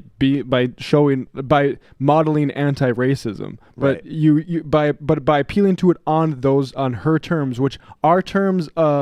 They're not logical. They're not right. Like these are just. She's putting some words to a feeling she's feeling. She's uncomfortable about it, and it is. And look, we all have, especially when we come from a place like North Dakota, we all have these people in our family. But there's no way you can avoid what that is. And it's racial insecurity. That's what it is. It's racial prejudice and insecurity, and it's not going to be rationally dealt with. It's got to be a broader moral evolution. And also people need to feel, frankly, like as Matt also was alluding to, like at some point that type of comment just has to be like spitting in the kitchen, just like uncouth, socially discredited. It's pathetic. Yeah, but I was just gonna say, but I think what I'm really trying to get at here is that although you can't deal with that on their own terms, I think by framing a lot of issues in what I guess you guys would call like a more class-centric way, I think that is helpful. For example, affirmative action, right? Like the idea is to like help underprivileged people, and I think you could just do that through strictly speaking a class lens. Because if you think about it, who are they really trying to help? I'm sorry, it's just we're really tight, man. I just got to say, look. Yeah. I'm open to. I definitely think there should be a significant class basis of affirmative action in addition to race. But I think if you read Walter Ben Michael's work, there's actually some very cogent criticisms from a socialist perspective of those programs, specifically to university situations, which is highly specific. But that being said, more broadly, from a political persuasion point of view, the same people that are motivated and animated by a racial and racist anxiety that would lead them to obsess about affirmative action, which is almost never going to have any impact on their lives ever, they are going to be just as opposed to class-based affirmative action, because class-based affirmative action is also going to have some of those same implications. And I just got to tell you, man, like, I think in general, there's a broader case you can make, which, by the way, applies to plenty of people of color, that the Democratic Party has sold out working people of all backgrounds, and that needs to be changed and addressed to build a motivated base.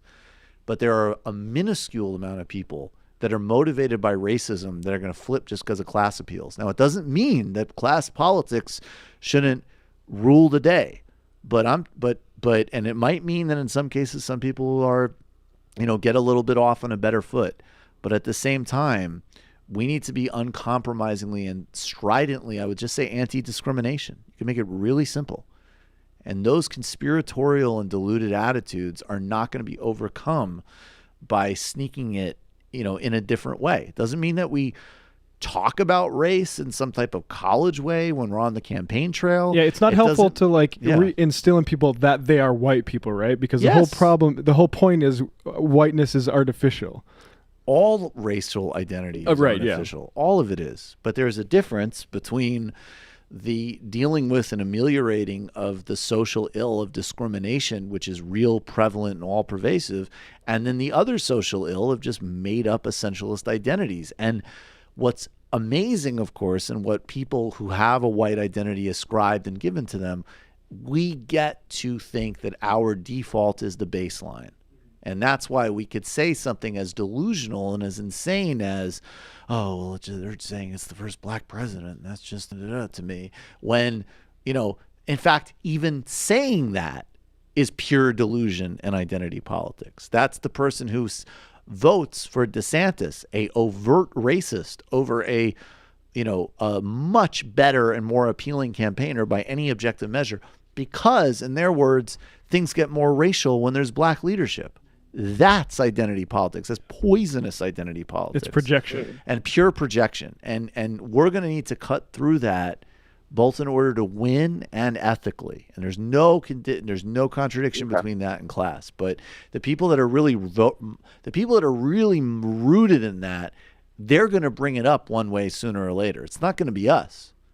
Because I'm perfectly tranquil about going to a place and saying and emphasizing labor, healthcare, jobs, whatever. And if people are on board with that, that's great. But they're going to they're going to throw a whole bunch of this bullshit because that's what they've been inculcated with. And then you got to deal with it head on. Thanks for the call, man. Appreciate it. Sorry that we basically just spent 10 minutes dunking on the guy's mom, but what can you say? Winnipeg Greg, caller, what don't you understand about your mom is canceled.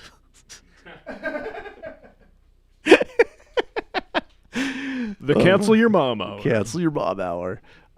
Contagious chameleon, with all progressive energy, who will it take to replace the leadership in the Democratic Party? That I don't know. Josh from Chicago, does de Blasio not realize he got cucked by Cuomo? No, you know what? De Blasio is all in on this. Fuck de Blasio.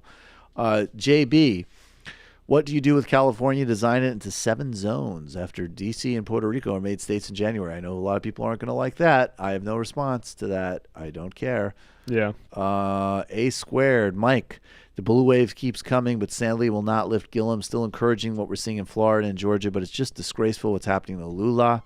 I'm not convinced that Lava Jato was what pushed the millennial generation who was lifted by Lula's policies to now reject him, but I need to re-listen to your interviews on Brazil's situation again. Where are you? Where are you, Don from Atlanta? No, it wasn't the youth, but actually there's a really interesting, disturbing thing here of basically a middle class driving this right-wing backlash that's happening across Latin America, and a lot of that middle class was created by pink-tide governments. So yeah, there is something very weird about that. That sort of happened with quote-unquote white people here, and you could say. Indeed. Where is Don from Atlanta? What are some of the flaws you see in Keynesian economics, and what ideas do you have for keeping NYC rent low in light of Amazon? Well, public housing. I would go for universal public housing and rent control. Keynesian economics. I believe in economic democracy, so I want to see more worker power over their own lives and fates. But as a relative choice, Keynesianism is much better than what's on top. Okay. Let me take, all right, guys, we're going to take one more really quick call and then 2 more IMs, and then we're out of here. You're calling from a 678 area code. Who are you? Where are you calling from? Is this me? This is you. What's up? Hello? Last call of the day. You're here. Hi, this is Josh. Hey, Josh, what's up? What's on your mind? Hi, this is Josh from Georgia. Yo. I'm just calling about what seems like an attempt to oust Pelosi from within the caucus from these bland centrists, Tim Ryan and Marcia Fudge and Seth Moulton. Yep. It just seems to me like this is like the people even to the further to the center than Pelosi are like they see the tide coming and that Pelosi's super unpopular. Right. Among like both conservatives and like the left, and they it just feels like they want to get rid of her and get like a less polarizing figure in so that when the left eventually tries to challenge whoever is the speaker or minority leader at the time has less of a solid footing. And it's like, I want Barbara Lee to be speaker, obviously, but that's not happening this cycle, it appears.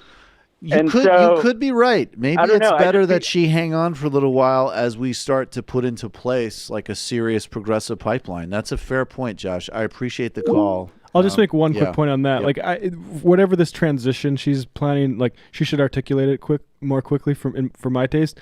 If she continues with this pay-go shit, I don't care what her distinction is between the New Democrats. It doesn't matter to me. That is the big thing. And I have to say, Ryan specifically, who I'm not hugely excited about, other than our shared mindfulness devotion. But I will say, Ryan, at least on certain issues like with jobs and labor and trade, is moving more in that direction we need to go in. And I don't hear him saying pay-go. And I think you're right. When Nancy Pelosi does that, the calculation really changes. All right, LB, Stacey Abrams pushing hard to get another election. She ain't backing down, and Democrats should possibly consider her as Speaker of the House. Her aggressiveness is what we need right now.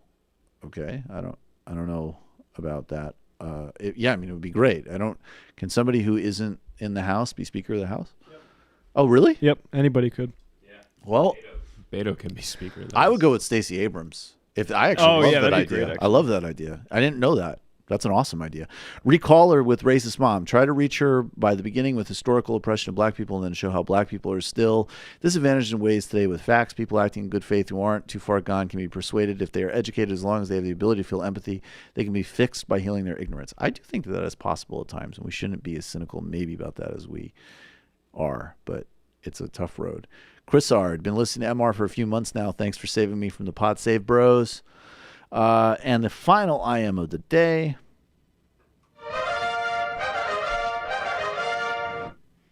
Jay Tingle. Robert Smigel's a genius, but he actually really went on the Howard Stern show and said the words, Dennis Miller is very funny. We are going to be back Monday. Thanks, everybody. It might take all the strength I got to get to where I want, but I know somehow I'm gonna get there.